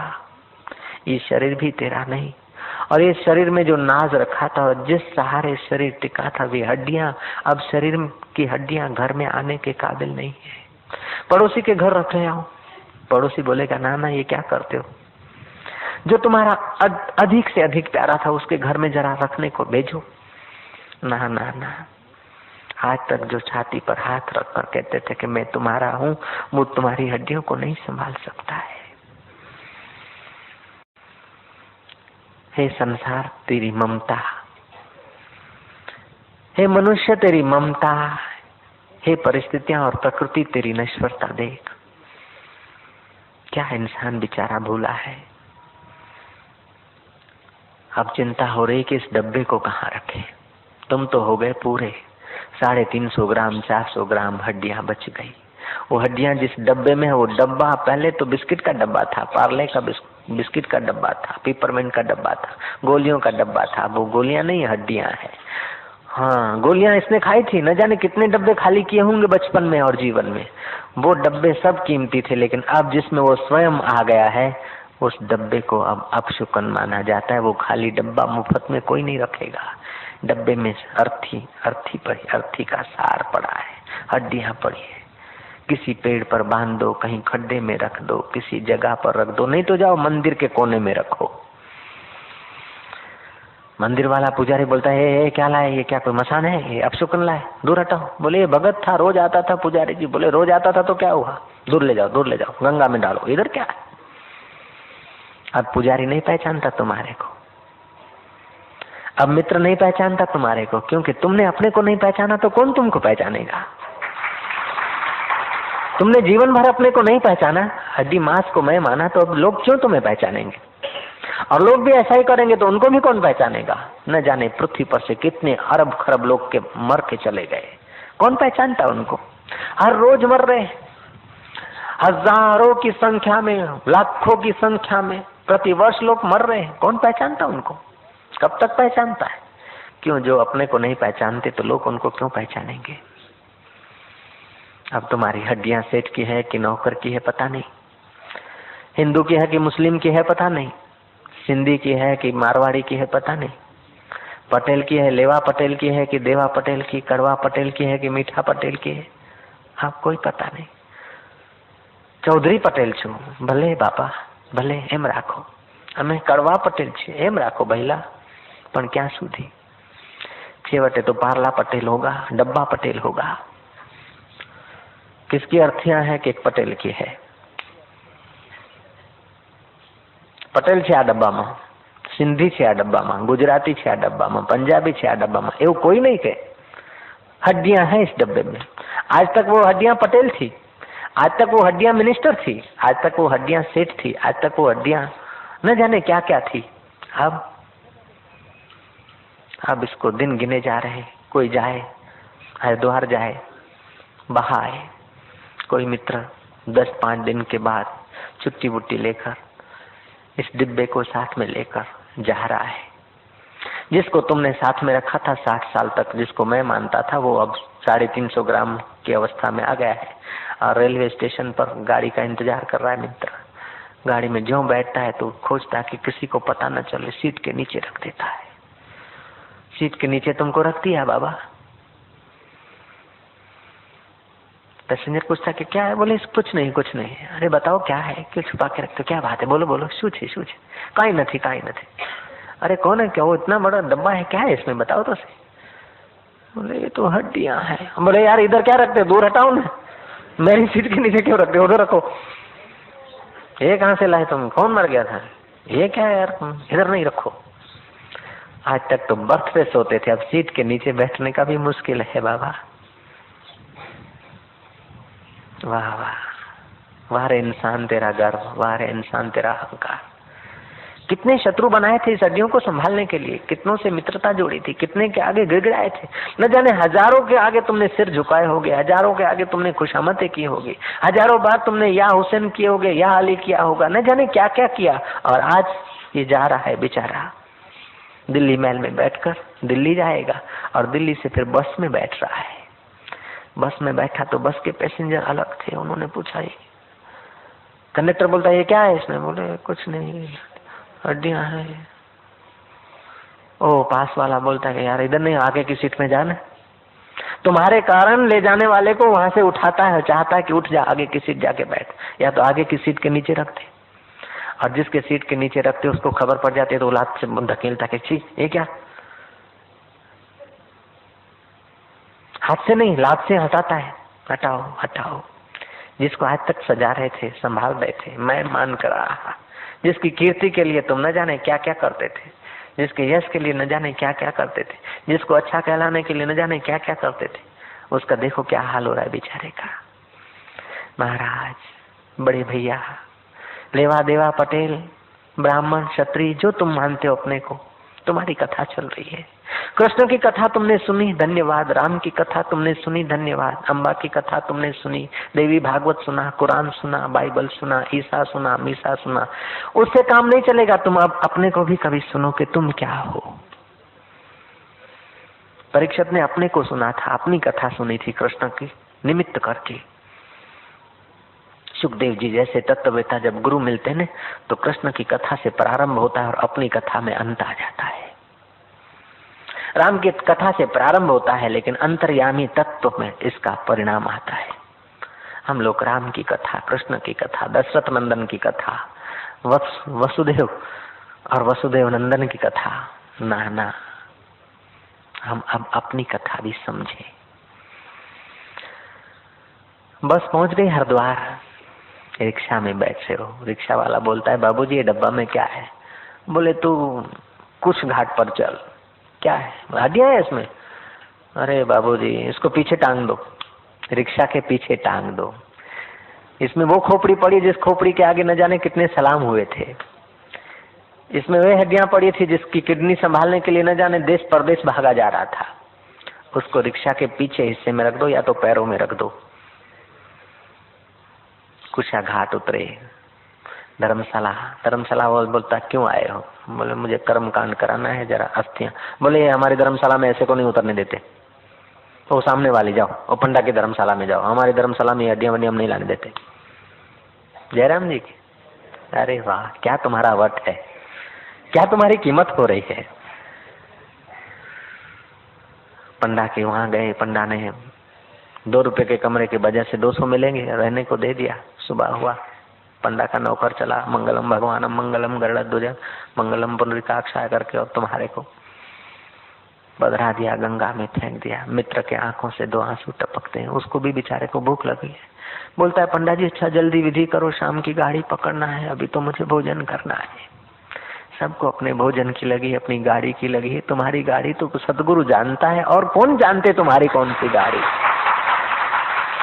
तुम्हारी गाड़ी तो वो परमात्मा जानता है कि तुम कौन सी गाड़ी में बैठने के काबिल हो। मित्र तो अपनी गाड़ियां संभाल लेंगे। कबीरा यह जग आए के बहुत से कीने मीत, जिन दिल बांधा एक से वे सोई निश्चिंत। तुम्हें अर्ज करता हूँ, प्रार्थना करता हूँ कि तुम्हारा शरीर ऐसी अवस्था में आए, तुम्हारी हड्डियां ऐसी बद्दी हालत में चली जाए, उसके पहले तुम्हारे अहंकार को, उसके पहले तुम्हारी मोह ममता को, उसके पहले तुम्हारी अविद्या अस्मिता राग और द्वेष को। पानी की गंगा में तो हड्डियां बहेगी, लेकिन तुम अपने आप को ज्ञान की गंगा में बहा देना। तुम अपने आप को वेदांत की गंगा में बहा देना। तुम अपने आप को सत्संग की गंगा में बहा देना। तुम अपने आप को सद्गुरुओं के तत्व में बहा देना, ताकि फिर कभी तुम्हें बहना न पड़े। तुम अपने आप को तत्व में मिटा देना, फिर कभी तुम्हें मिटना न पड़े। तुम अपने आप को परमात्मा में डुबा देना, फिर तुम्हें कभी गंगा में डूबना न पड़े। तुम अपने आप को परमात्मा में मिला देना, फिर कभी तुम्हें मिट्टी में और खाक में मिलना न पड़े। तुम अपने आप को यार से मिला देना, ताकि मरने वाले यारों से तुम्हारा पाला न पड़े। तुम अमर यार को पा लेना। ओम ओम ओम ओम ओम।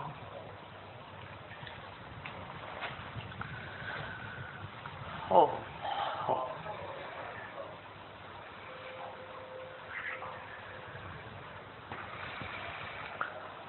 ओम ओम ओम ओम। तुमने मन से देखा कि ऐसा होगा ही, कईयों का होता हुआ तुमने देखा होगा। और निश्चित यदि तुम हिंदू हो तो इसी प्रक्रिया से होगा, और मुसलमान हो तो दफनाया जाएगा, और कहीं एक्सीडेंट हो गया तो पोस्टमार्टम किया जाएगा, लेकिन अंत में शरीर हो जाएगा छिन्न भिन्न। अब तुमने देखा कि शमशान यात्रा में शरीर की ये हालत हुई। शरीर की मृत्यु हुई, मृत्यु की यात्रा हमने की, मृत्यु को हमने देखा। तुम दृढ़ निश्चय करो कि शरीर की मौत हुई, उसको मैंने देखा। ये शरीर को आग लगी, उसको मैंने देखा। ये शरीर को सिर में दर्द हुआ और मर गया, इसको मैंने देखा। ये शरीर दरिया किनारे घूमने गया, हार्ट अटैक हो गया, मर गया, इसको मैंने देखा। इसकी अर्थी देखी, इसकी यात्रा देखी। इसको देखने वाला मैं अलग हूँ, इस मौत को देखने वाला मैं अलग हूँ। मैं आपको हाथ जोड़कर प्रार्थना करता हूँ कि तुम जब मरोगे ना, तो कई मित्र और साथियों को बुलाकर मत मरना। जब मरने का मौका आए तुम्हें अंदर से प्रेरणा होगी, पहले ही पता चल जाता है। सत्संगी को तो खास पता चल जाता होगा, पहले ही पता चल जाएगा थोड़ा बहुत कि अब जाने वाले हैं। जब जाने की घड़ियां हो न, तो जो पास में बैठे हो उनको किसी काम पर भेज देना। तुम अकेले में मरना, अकेले में मरोगे तो एक से मिलोगे और अनेक के बीच में मरोगे। न जाने किस किस का मोह तुम्हें घेर ले, न जाने फिर किसके गर्भ में तुमको आना पड़े। इसलिए मौत हमेशा अकेले में हो तो अच्छा है। जब मौत आती हो उस समय देखना। जो न मरने वाले हो वो इस बात को मत याद रखना, जो कभी मरने वाले न हो, जो अमरता की टिकट लेके आए वे भी मर गए हैं। इसलिए मैं जानता हूँ कि हम लोग सब मरने वाले हैं। जिसको हम मैं मानते हैं हमारे देह, जब मरो नहीं उस समय तुम रोना मत, चिल्लाना मत, भयभीत मत होना। डॉक्टरों को बुलाने की चिंता तो कुटुंबी कर लेंगे, तुम डॉक्टर की चिंता मत करना। तुम देखना कि शरीर में क्या हो रहा है। पैर ठंडे पड़े हैं, पैर के ठंडे होने को मैं जान रहा हूँ। कमर में दर्द ने घेर लिया है, मन का खिसक गया, उसलिए पीड़ा होकर मृत्यु हो रही। जो निमित्त से तुम्हारी मृत्यु होती हो, उस निमित्त को तुम देखते हुए मृत्यु को खास देखना। देखना कि ये मृत्यु हो रही है। ये मौत ने पैरों को घेरा है, मौत ने घुटनों को घेरा है, मौत ने हृदय को घेरा है, मौत ने फेफड़ों को घेरा है, मौत ने सिर को घेरा है, मौत ने ऐसा वैसा किया है। मौत हो रही है, उसको तुम देखते जाना।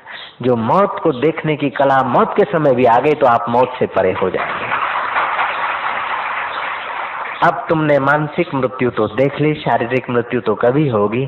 शारीरिक मृत्यु जब हो तब होगी ही, लेकिन मानसिक मृत्यु यदि तुमने पक्की देख ली है तो मन ने जो मृत्यु देखी उसको भी तुम देख रहे हो, और तन जो मृत्यु में जाएगा उसको भी तुम देख रहे हो। देखना कि ये मृत्यु हो रही है। ये मौत ने पैरों को घेरा है, मौत ने घुटनों को घेरा है, मौत ने हृदय को घेरा है, मौत ने फेफड़ों को घेरा है, मौत ने सिर को घेरा है, मौत ने ऐसा वैसा किया है। भगवान विष्णु के वहां जय और विजय रहते थे, दोनों पार्षद थे, द्वारपाल थे। एक बार सनकादि ऋषि ज्ञानी संत आए विष्णु जी से मिलने जुलने। द्वारपालों ने अनादर कर दिया ब्रह्म ज्ञानियों का। उन सनकादि ऋषियों ने कहा कि हे अभागे, तुम भगवान विष्णु का तो दर्शन कर रहे हो, उनके द्वारपाल बने हो, लेकिन तुमको अभी समता नहीं आई, तुमने अभी सत्संग पचाया नहीं। तुम विष्णु के पास होते हुए भी राग द्वेष से जल रहे हो, छोटा बड़ा मान रहे हो। आदर अनादर छोटा बड़ा मानने से ही तो होता है। जाओ, तुम्हारी बुद्धि अभी राग द्वेष में घिरी है, जाओ तुम राक्षस हो जाओ। वही जय और विजय रावण और कुंभकर्ण हुए हैं, वही जय और विजय हिरण्यकश्यप और हिरण्याक्ष हुए हैं, और वही जय और विजय कंस और आदि हुए। कबीर जी ठीक कह रहे हैं, राम परवाना भेजिया वाचत कबीरा रोए। क्या करूं तेरी वैकुंठ को। वहां तो पुण्य का फल भोगने की जगह है ना, भजन करने का फल भोगने की जगह है, फल पैदा करने का तो यहाँ है। स्वर्ग में भी जाते हैं, अप्सराएं मिलती है, गंधर्व नृत्य करते हैं, पीने को अमृत होता है, सैर करने को सुवर्ण के विमान होते हैं, जल्दी बुढ़ापा नहीं आता। अप्सराओं के शरीर से बदबू और पसीना नहीं निकलता, अपान वायु नहीं निकलती, झुर्रियां नहीं पड़ती, ऐसी अप्सराएं मिलती। भजन के, यज्ञ के, तप के फल से तुम्हें स्वर्ग मिलता, और स्वर्ग का उपभोग करने से, स्वर्ग में जाने से तुम्हारा पुण्य घटता है और अप्सराएं मिलती है, और सत्संग में जाने से तुम्हारा पाप घटता है और परमात्मा मिलता है। पुराणों में एक कथा आती है, एक कठियारा था, बड़ी पुरानी कथा है। एक लकड़हार था, लकड़ियां करके अपना गुजारा करता था। मैंने वो अर्ज किया था कि एक पुण्य आदमी को कहाँ तक पहुंचा सकता है और एक पाप आदमी को कहाँ तक पहुंचा सकता है। इस विषय को मैं जरा दृष्टांतों के द्वारा तुम्हें विदित करना चाह रहा हूं। वो कठियारा लकड़ियां करता था, बेचता था, जीवन का निर्वाह करता था। कभी किसी जंगल में, कभी किसी एरिया में देखा कि जंगल की शुरुआत होते एक झोपड़ी है, प्यास लगी। वो प्यासी लकड़हार गया उस झोपड़ी में। कोई गृहस्थी नहीं था, कोई संसारी नहीं था, एक साधक था, एक सन्यासी जैसा था, भगत जैसा आदमी था, चित्त से सन्यासी था। कपड़े उसके श्वेत थे, लेकिन दिल उसका रंगा हुआ था हरि नाम से, त्याग से।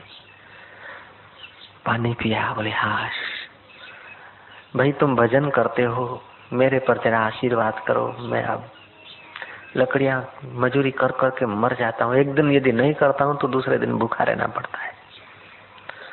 तो साधक ने कह दिया, उस भगत ने, संत ने, संत का भगत ही तो संत है, असंत का भगत थोड़े संत होता है।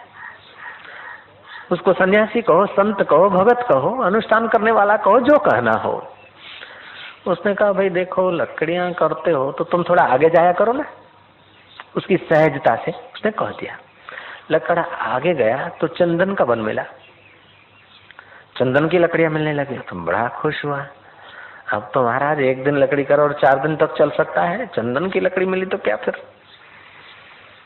चलता रहा। बोले इनकी जरा सी बात माने तो मेरी मेहनत से मुझे 4 गुना, 6 गुना, 10 गुना, 25 गुना मिल जाता है एक दिन। फिर थोड़े दिन आता रहा, दर्शन करता रहा। बोले चंदन की लकड़ियां लेकर, लकड़हार तो हूँ, वही हमारा खानदान, लड़कों की शादी बड़ा तो आता है, जरा पैसा तो हो गया, लेकिन है कठियारा मेरी जात। कुछ और बताते। बोले और आगे जा, कथा है। आगे गया, उसको कोई खान मिल गई, तांबा पीतल आदि कुछ। आओ महाराज मिलकर। कुछ दिन के बाद फिर बोला कि महाराज तांबा वाला है, पीतल वाला है। बोले और आगे जा। कहानी कहती कि उसको सोना मिल गया। सोना मिला महाराज, वो तो अमीर हो गया, रथ में घूमने लग गया, महल बन गए, शादियां बराते, वो खुश हो गया। लेकिन देखा कि वो एक दिन अभी भी कुछ जाए देखें क्या होता है। बोला सोना तो है, बेचते हैं 20-25 रुपए का तोला, बिक जाता है, अभी कुछ। बोले और आगे जा। आगे गया तो उसे हीरे मिले। अब तो पैसे से, धन से तो इतना हो गया, जो चीज अति होती है वो दुखदाई होती। पैसा खूब बढ़ गया। अब आया, बोले तो बेचैनी हो गई, सब दुश्मन हो गए। मेरी ऊंचाई देखकर सब लोग जेलसी करते। और पहले जो आराम से नींद आती थी वो अब नींद हराम हो गई। नैन का चैन चुरा के वो फिल्म वाली नहीं ले गई, ये माया ले गई, रुपए पैसे वो भी ले जाती, ये भी ले जाती। तो साधक ने कहा और आगे जा। ये और आगे गया तो देखा है एक ज्ञानी ब्रह्मनिष्ठ, अपने आप में तृप्त, अपने आप में जगे हुए, देह से परे जिनकी स्थिति थी, ऐसे तत्ववेता का छोटा मोटा सा निवास स्थान था। उसे आश्रम कह दो। पास में एक चश्मा था, वृक्ष थे, कुछ केले के फल लगे थे, कुछ सीताफल लगे थे, कुछ अलग अलग फल लगे थे, मधुर मधुर जल बह रहा था। बाबा जी को देखकर इसके चित्त को जरा शांति आने लगी। पहले साधक ने तो आगे आगे आगे कहता गया बस। बाबा जी को कहा कि एक साधु ने तो मुझे आगे आगे करते हीरे और जवाहरात तक पहुंचा दिया, फिर भी बाबा हीरे आए, जवाहरात आए, रथ आए, गाड़ी आई, घोड़े आए, पुत्र आए, पुत्र वधुएं आई, सब हुआ, लेकिन बाबा जी फिर भी कुछ जीवन में कोई तसल्ली नहीं है, कोई चैन नहीं है, कोई आनंद नहीं है, कोई भीतर का संगीत नहीं है। बाबा ने कहा तो ये बाहर के हीरे वहां काम नहीं देंगे, बाहर का स्वर्ण वहां काम नहीं देगा, अब मैं तुझे भीतर के हीरे दिलाता हूँ, तू चिंता मत कर। अब लकड़ियां करने की तो जरूरत नहीं, मजदूरी करने की तो जरूरत नहीं है ना। ना बोले अब पैसे तो मैं क्या 7 पीढ़ी खाए उतने। बोले जब बैठ जा। तो उस बाबा ने उसको वो शांति दी, वो भीतर का रत्न दिया कि उससे उसका गोधन, गज धन और रतन धन खान जो आवे संतोष धन। संतोष माना आलसी, प्रमादी, चलो अब अपने संतोष करते हैं, मजबूरी का नाम महात्मा गांधी, वो संतोष नहीं। स उपसर्ग है तोष, अपने आप में जो तुषित हो गया, अपने आप में जो संतुष्ट हो गया, अपने आप का जिसको गीत मिल गया है, वो फिर बाहर के गीतों में, अपने आप का जिसको रस मिल गया परमात्मा तत्व का, वो फिर बाहर के रसों में भागता नहीं, उससे ही संतोष होता है। सच्चा संतुष्ट तो ज्ञानी होता है। सच्चा संतुष्ट जो ज्ञानी है उसी को योगी कहा जाता है।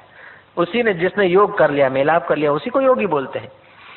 कोई सही शासन करने वाले को योगी थोड़े कहा जाता है। कमान आसन, चक्र आसन, मयूर आसन और भंग आसन, ये सब आसन करने से कोई योगी थोड़े है, वो तो योग आसन है। योगी का मतलब है कि जिसने अपने वृत्ति का, अपने आप को परमात्मा से मिला दिया है। ऐसे को कृष्ण बोलते संतुष्ट सततम योगी यत आत्मा दृढ़ निश्चया मयि अर्पित मनोबुद्धि यो मद भक्त समे प्रिय। तो एक कठियारा था, साधक का संग करने से संतुष्ट योगी, योगी परमात्मा का रूप हो गया। अब कुछ संग की बात छोटी सी सुन ले। एक मुल्ला जी थे, मुल्ला साहब मौलवी।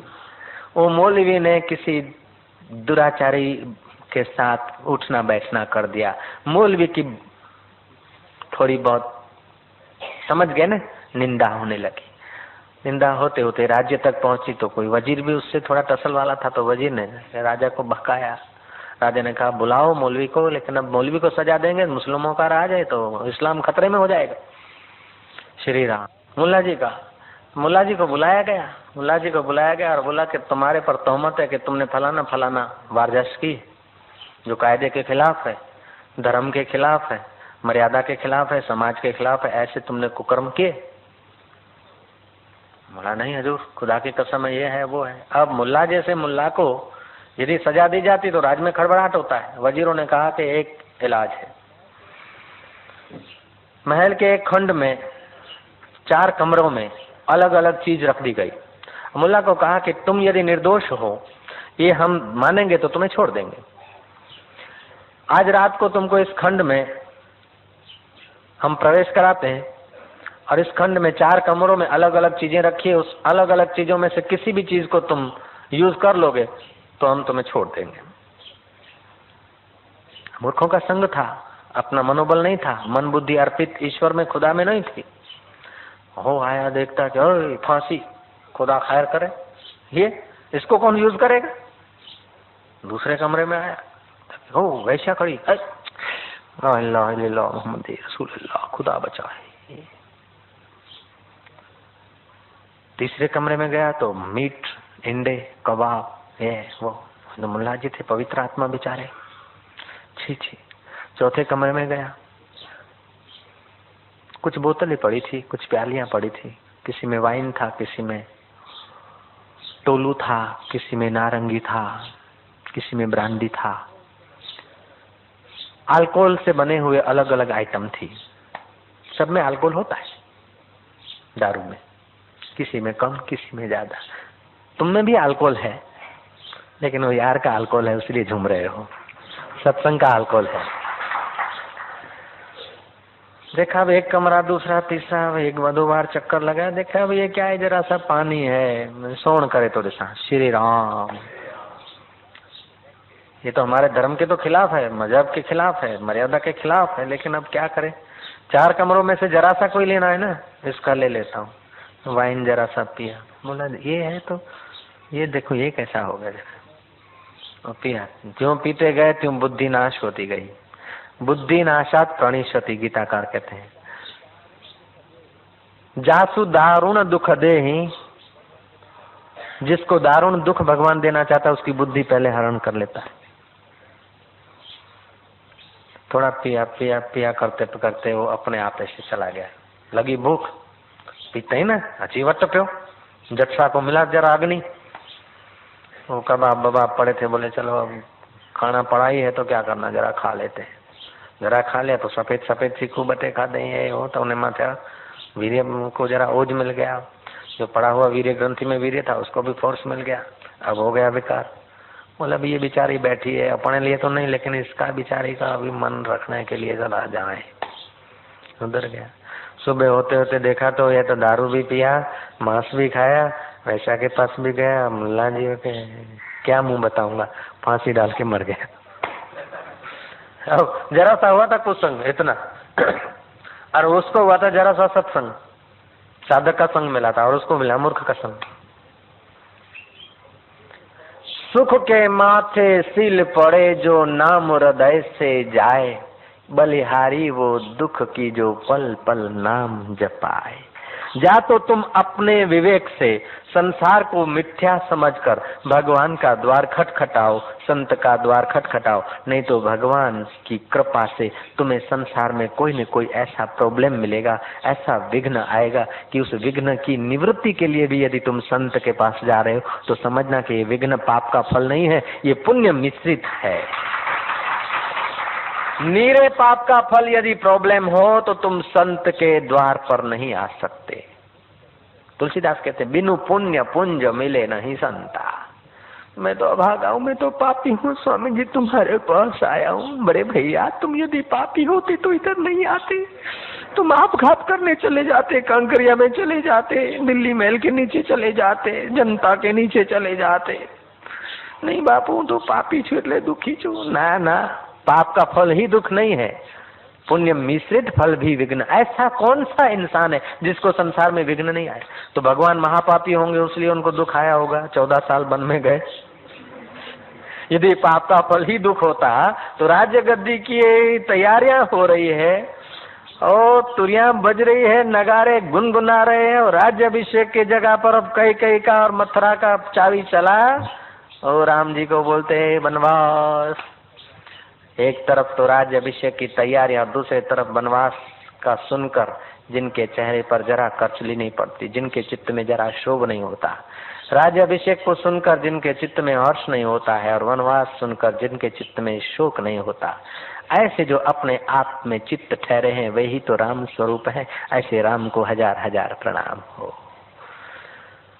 ओम ओम ओम ओम ओम। 10 इंद्रियों के भीतर रमण करने वाला जो दशरथ जीव कहता है कि अब इस हृदय की गादी पे जीव का राज्य नहीं राम का राज्य होना चाहिए। और गुरु बोलता कि हाँ करो। गुरु जब राम राज्य का हुकारा भरता है तो दशरथ को खुशी होती, लेकिन राम राज्य होने के पहले दशरथ कैकेयी की मुलाकात में आ जाता है।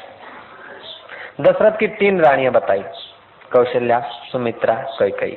सत्वगुण, रजोगुण, तमोगुण। जब ये सत्वगुण में से रजोगुण में से हटकर दशरथ तमोगुण में, ये जीव तमोगुण में जाता है, रजोगुण में तमोगुण में फंसता है, तमस मिश्रित रजस में फंसता है, तब राम राज्य होने के बदले कैकेयी अर्थात कीर्ति में वासना में फंसता है, तो राम राज्य होने के बदले राम वनवास हो जाता है। राम का राज्य नहीं हुआ, राम वनवास, और सब हैं राम ही जा रहे। फिर रामायण की आध्यात्मिक कथा का अर्थ लगाने वाले महापुरुष लोग, आध्यात्मिक रामायण का अर्थ बताने वाले संत लोग कहते हैं दशरथ छटपटाता है, राम वनवास होता है तो दशरथ भी चैन से नहीं जी सकता है। और समाज में देखो कोई दशरथ चैन से नहीं है, सब बेचैन है। ज्यादा धन वाला, कम धन वाला, ज्यादा पढ़ा, कम पढ़ा, अधिक मित्रों वाला, कम मित्रों वाला, मोटा अथवा पतला, नेता अथवा जनता, देखो सब बेचैन है। क्यों? कि राम वनवास है। कथा का दूसरा पॉइंट ये बता रहा है कि राम जी के साथ सीता जी थी, लक्ष्मण जी थे, राम माना ब्रह्म, सीता माना वृत्ति, राधा माना धारा, श्याम माना ब्रह्म। राधे श्याम सीताराम। सीता माना वृत्ति, राम के करीब है लेकिन सीता की नजर सुवर्ण के मृग पे जाती और राम को बोलती ला दो। जब सोने के मृग पर तुम्हारी सीता जाती है तो उसे राम का वियोग हो जाता है। सोने के मृग पर, धन दौलत पर जब हमारा चित्त जाता है तो अंदर आत्माराम से हम विमुख हो जाते। फिर लंका मिलती है, सुवर्ण मिलता है, लेकिन शांति नहीं मिलती। उसी वृत्ति को यदि राम की मुलाकात करानी हो तो बीच में हनुमान जी चाहिए। 100 वर्ष आयुष्य वाला जीवन, उस जीवन को परमात्मा के लिए छलांग मार दे, उस जीवन के भोग विलास से छलांग मार दे। जामन को बुलाया, उसको बुलाया, उसको बुलाया, कोई बोलता 1 योजन कूदूंगा, कोई बोलता 2 योजन, और हनुमान जी 100 योजन समुद्र कूद गए। माफ करेंगे तो भारत के किनारे से लंका 100 योजन नहीं है, लेकिन शास्त्र की कुछ गूढ़ बातें हैं कि जीवन जो 100 वर्ष वाला है, उस जीवन के रहस्य को पाने के लिए छलांग मारने का अभ्यास और वैराग्य हो। अभ्यास वैराग्य, हनुमान जी को अभ्यास और वैराग्य का प्रतीक कहा है। तो सीता जी को राम जी से मिला देगा। अर्थात हमारी जो सीता है, हमारी जो चेतना है, हमारी जो वृत्ति है, वो वासना अर्थात नीचे दक्षिण भारत नहीं। राम जी उत्तर भारत में हुए और रावण दक्षिण के तरफ। ऊंचाई, उत्तर ऊंचाई है और दक्षिण नीचाई है। ऐसे हमारी वृत्तियां शरीर के नीचे हिस्से में रहती, और जब हम काम से घिर जाते हैं तो हमारी आंख की पुतली नीचे आ जाती। जब हम क्रोध से भर जाते तो हमारी सीता नीचे आ जाती। और सीता जब रावण के करीब होती तो बेचैन होती, ज्यादा समय रावण के वहां ठहर नहीं सकती। काम के करीब हमारी सीता ज्यादा समय ठहर नहीं सकती। चित्त में काम आ जाता है, बेचैनी आ जाती है, और लेकिन चित्त में राम आ जाता है तो आनंद आनंद हो जाता है।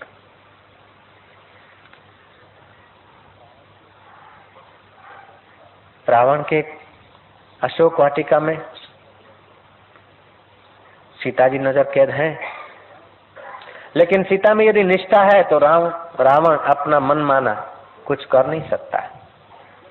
ऐसे हमारी वृत्ति में यदि दृढ़ता है, राम के प्रति पूर्ण आदर है, तो काम हमें नचा नहीं सकता। उस दृढ़ता के लिए साधन और भजन है। ये चित्त वृत्ति को दृढ़ बनाने के लिए, सीता के संकल्प को मजबूत बनाने के लिए तप चाहिए, जप चाहिए, स्वाध्याय चाहिए, स्मरण चाहिए।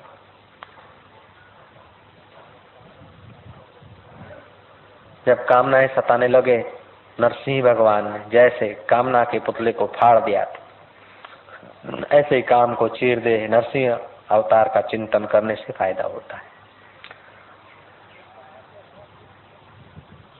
इस कथा की आध्यात्मिक शैली को जानने वाले संतों का यह भी मानना है कि रावण मर नहीं रहा था, और विभीषण से पूछा कि कैसे मरेगा, बोले डूंटी में। बाण आपका जब तक डूंटी में नहीं लगेगा तब तक वो रावण नहीं मरेगा। अर्थात कामनाएं नाभि केंद्र में रहती। योगी जब कुंडलनी योग करते हैं तो मूलाधार चक्र में जंपिंग होता है, और फिर स्वाधिष्ठान चक्र में खिंचाव होता है, पेट अंदर आता है, बाहर जाता है। साधक लोग, तुम लोगों को भी अनुभव है। वो जन्म जन्मांतरों की जो वासनाएं हैं, कामनाएं हैं, उनको धकेलने के लिए हमारी चित्त वृत्ति, हमारी जो सीता माता है, वो उस काम को धकेलने के लिए डांटती है, फटकारती है। और जब डांट फटकार उसकी चालू होती है तो साधक के चेहरे में, साधक के शरीर में क्रियाएं होने लगती। देखो समन्वय हो रहा है कथा का और कुंडली योग का।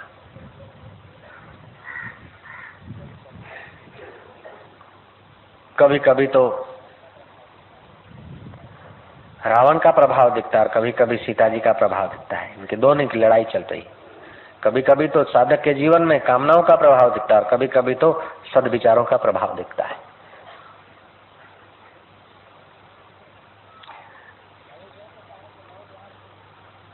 अयोध्या को कहा कि 9 द्वार थे,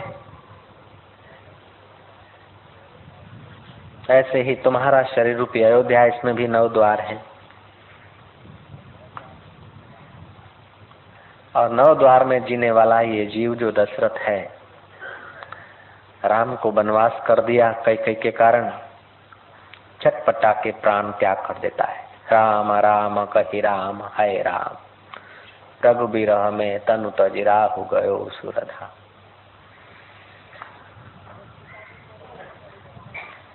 जब सीता जी को राम के करीब लाना है तो बंदर भी साथ देते हैं, रीछ भी साथ देते हैं, और तो क्या खिसकोलियां भी साथ देने लगी, कण कण उठाकर रेती का और समुद्र में डालने लगी। तुम यदि राम जी और सीता की मुलाकात करने के रास्ते लगते हो, तुम्हारी वृत्ति को परमात्मा के तरफ लगाते हो, तो प्रकृति और वातावरण तुम्हें अनुकूलता भी देता है, सहयोग भी देता है। और तुम यदि भोग के तरफ होते हो तो वातावरण तुम्हें नोच भी लेता है। अयोध्या सुनी सानी थी तब तक जब तक राम नहीं आए थे। जब राम आ रहे हैं ऐसी खबर सुनी अयोध्या वासियों ने तो नगर को सजाया है और नगर वासियों ने साफ सफाई की। राम आने को है ना, राम आने को होते तो साफ सफाई पहले हो जाती। ऐसे ही तुम्हारा चित्त रूपी नगर, तो अधेय रूपी नगर, जब परमात्मा साक्षात्कार होता है तो कलमश तुम्हारे पहले कट जाते, तुम्हारे पाप, तुम्हारा मल विक्षेप हट जाता है, तुम स्वच्छ पवित्र हो जाते हो। और राम जब नगर में प्रवेश करते हैं वो दिन दिवाली का दिन माना जाता है। तो लौकिक दिवाली व्यापारी पूजते हैं, लेकिन साधक की दिवाली तब है जब हृदय में छुपे हुए राम जो है न, काम के करीब गए हैं सीता को छुड़ाने के लिए, वह राम जब अपने सिंहासन पर आ जाए, अपने स्वरूप में जागृत हो जाए, उस दिन साधक की दिवाली। बड़ा दिन तो वह है कि बड़े में बड़ा जब परमात्मा तत्व का ज्ञान हो, उससे बड़ा दिन और कोई नहीं। लब पर किसी का नाम लूं तो तेरा नाम आए। ओ हमारे प्यार का मुकाम नश्वर चीज न हो, व्यवहार भले नश्वर में हो, या हुसैन भले कर लें लेकिन उसमें से समय बचाकर। शास्त्र तो यहाँ तक कहता है कि 100 काम छोड़कर भोजन करो, 1000 काम छोड़कर स्नान कर लो, 1,00,000 काम छोड़कर दान कर लो, करोड़ काम छोड़कर हरि का नाम ले लो, हरि तत्व को जान लो। शतम विहाय भोक्तव्यम शस्त्रम त्यक्त्वा स्नानम आचरेत, लक्ष्यम विहाय दातव्यम कोटि त्यक्त्वा हरि भजेत। करोड़ काम छोड़कर भी हरि की आराधना कर लेना चाहिए।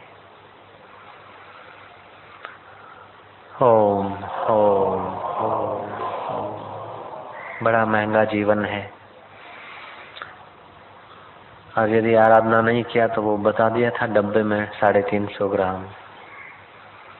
वो न बस में बैठ सकते हैं इज्जत से, न ट्रेन में बैठ सकते, न रिक्शा वाले के रिक्शा में बैठ सकते। आखिर ये है, इतने लोग हम दिख रहे हैं, आखिर अंत में देखो तो 10, 15, 20 किलो हड्डियां इकट्ठी हो जाएगी। अभी इतने हैं, इतनी प्रॉपर्टी है, इतने मकान है, 350, 400 ग्राम हड्डियां बचेगी। ओम ओम। इसीलिए सियाना साधक जो है ना, आंखों की रोशनी खत्म हो उसके पहले आंखों में धुंधलापन आ जाए उसके पहले बुद्धि में तत्व ज्ञान का तेजस्वीपना भर देता है। आग लगने के बाद कुआं नहीं खोदता है, वो पहले ही कुआं तैयार रखता है, मौत के पहले ही सामान जोड़ लेता है। सांप के मुंह का भोजन कोई खाने की इच्छा नहीं करता, अजगर को तकिया बनाकर आराम करने की इच्छा नहीं की जाती। ऐसे ही विषय और अहंकार को सजाकर कोई सुख लेने की इच्छा करे, ये साधक नहीं कर सकता। वो मेरा बेटा है, वो मेरा फलाना है, वो मेरा यार है, सब सुख के यार हैं, सब सुख के बेटे हैं। तेरा बेटा कोई नहीं है, तेरा यार कोई नहीं। तेरा यार तो एक परमात्मा है जो सदियों से तेरे साथ है। उसके सिवाय किसी को इस भीतर से, बाहर से तो व्यवहार काल में चलो मान लो कर लो, लेकिन भीतर से यदि किसी का सहारा लिया, किसी यार का, किसी पुत्र और पौत्र का, जो आत्मा को छोड़कर किसी का सहारा लेता है उसको रोना पड़ता है, ठोकर खानी पड़ती है।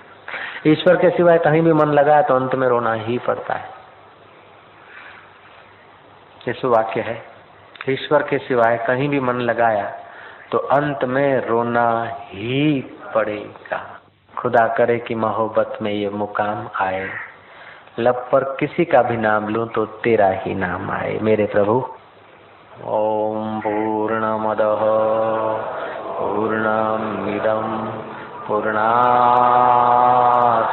पूर्णमुदच्यते पूर्णस्य पूर्णम्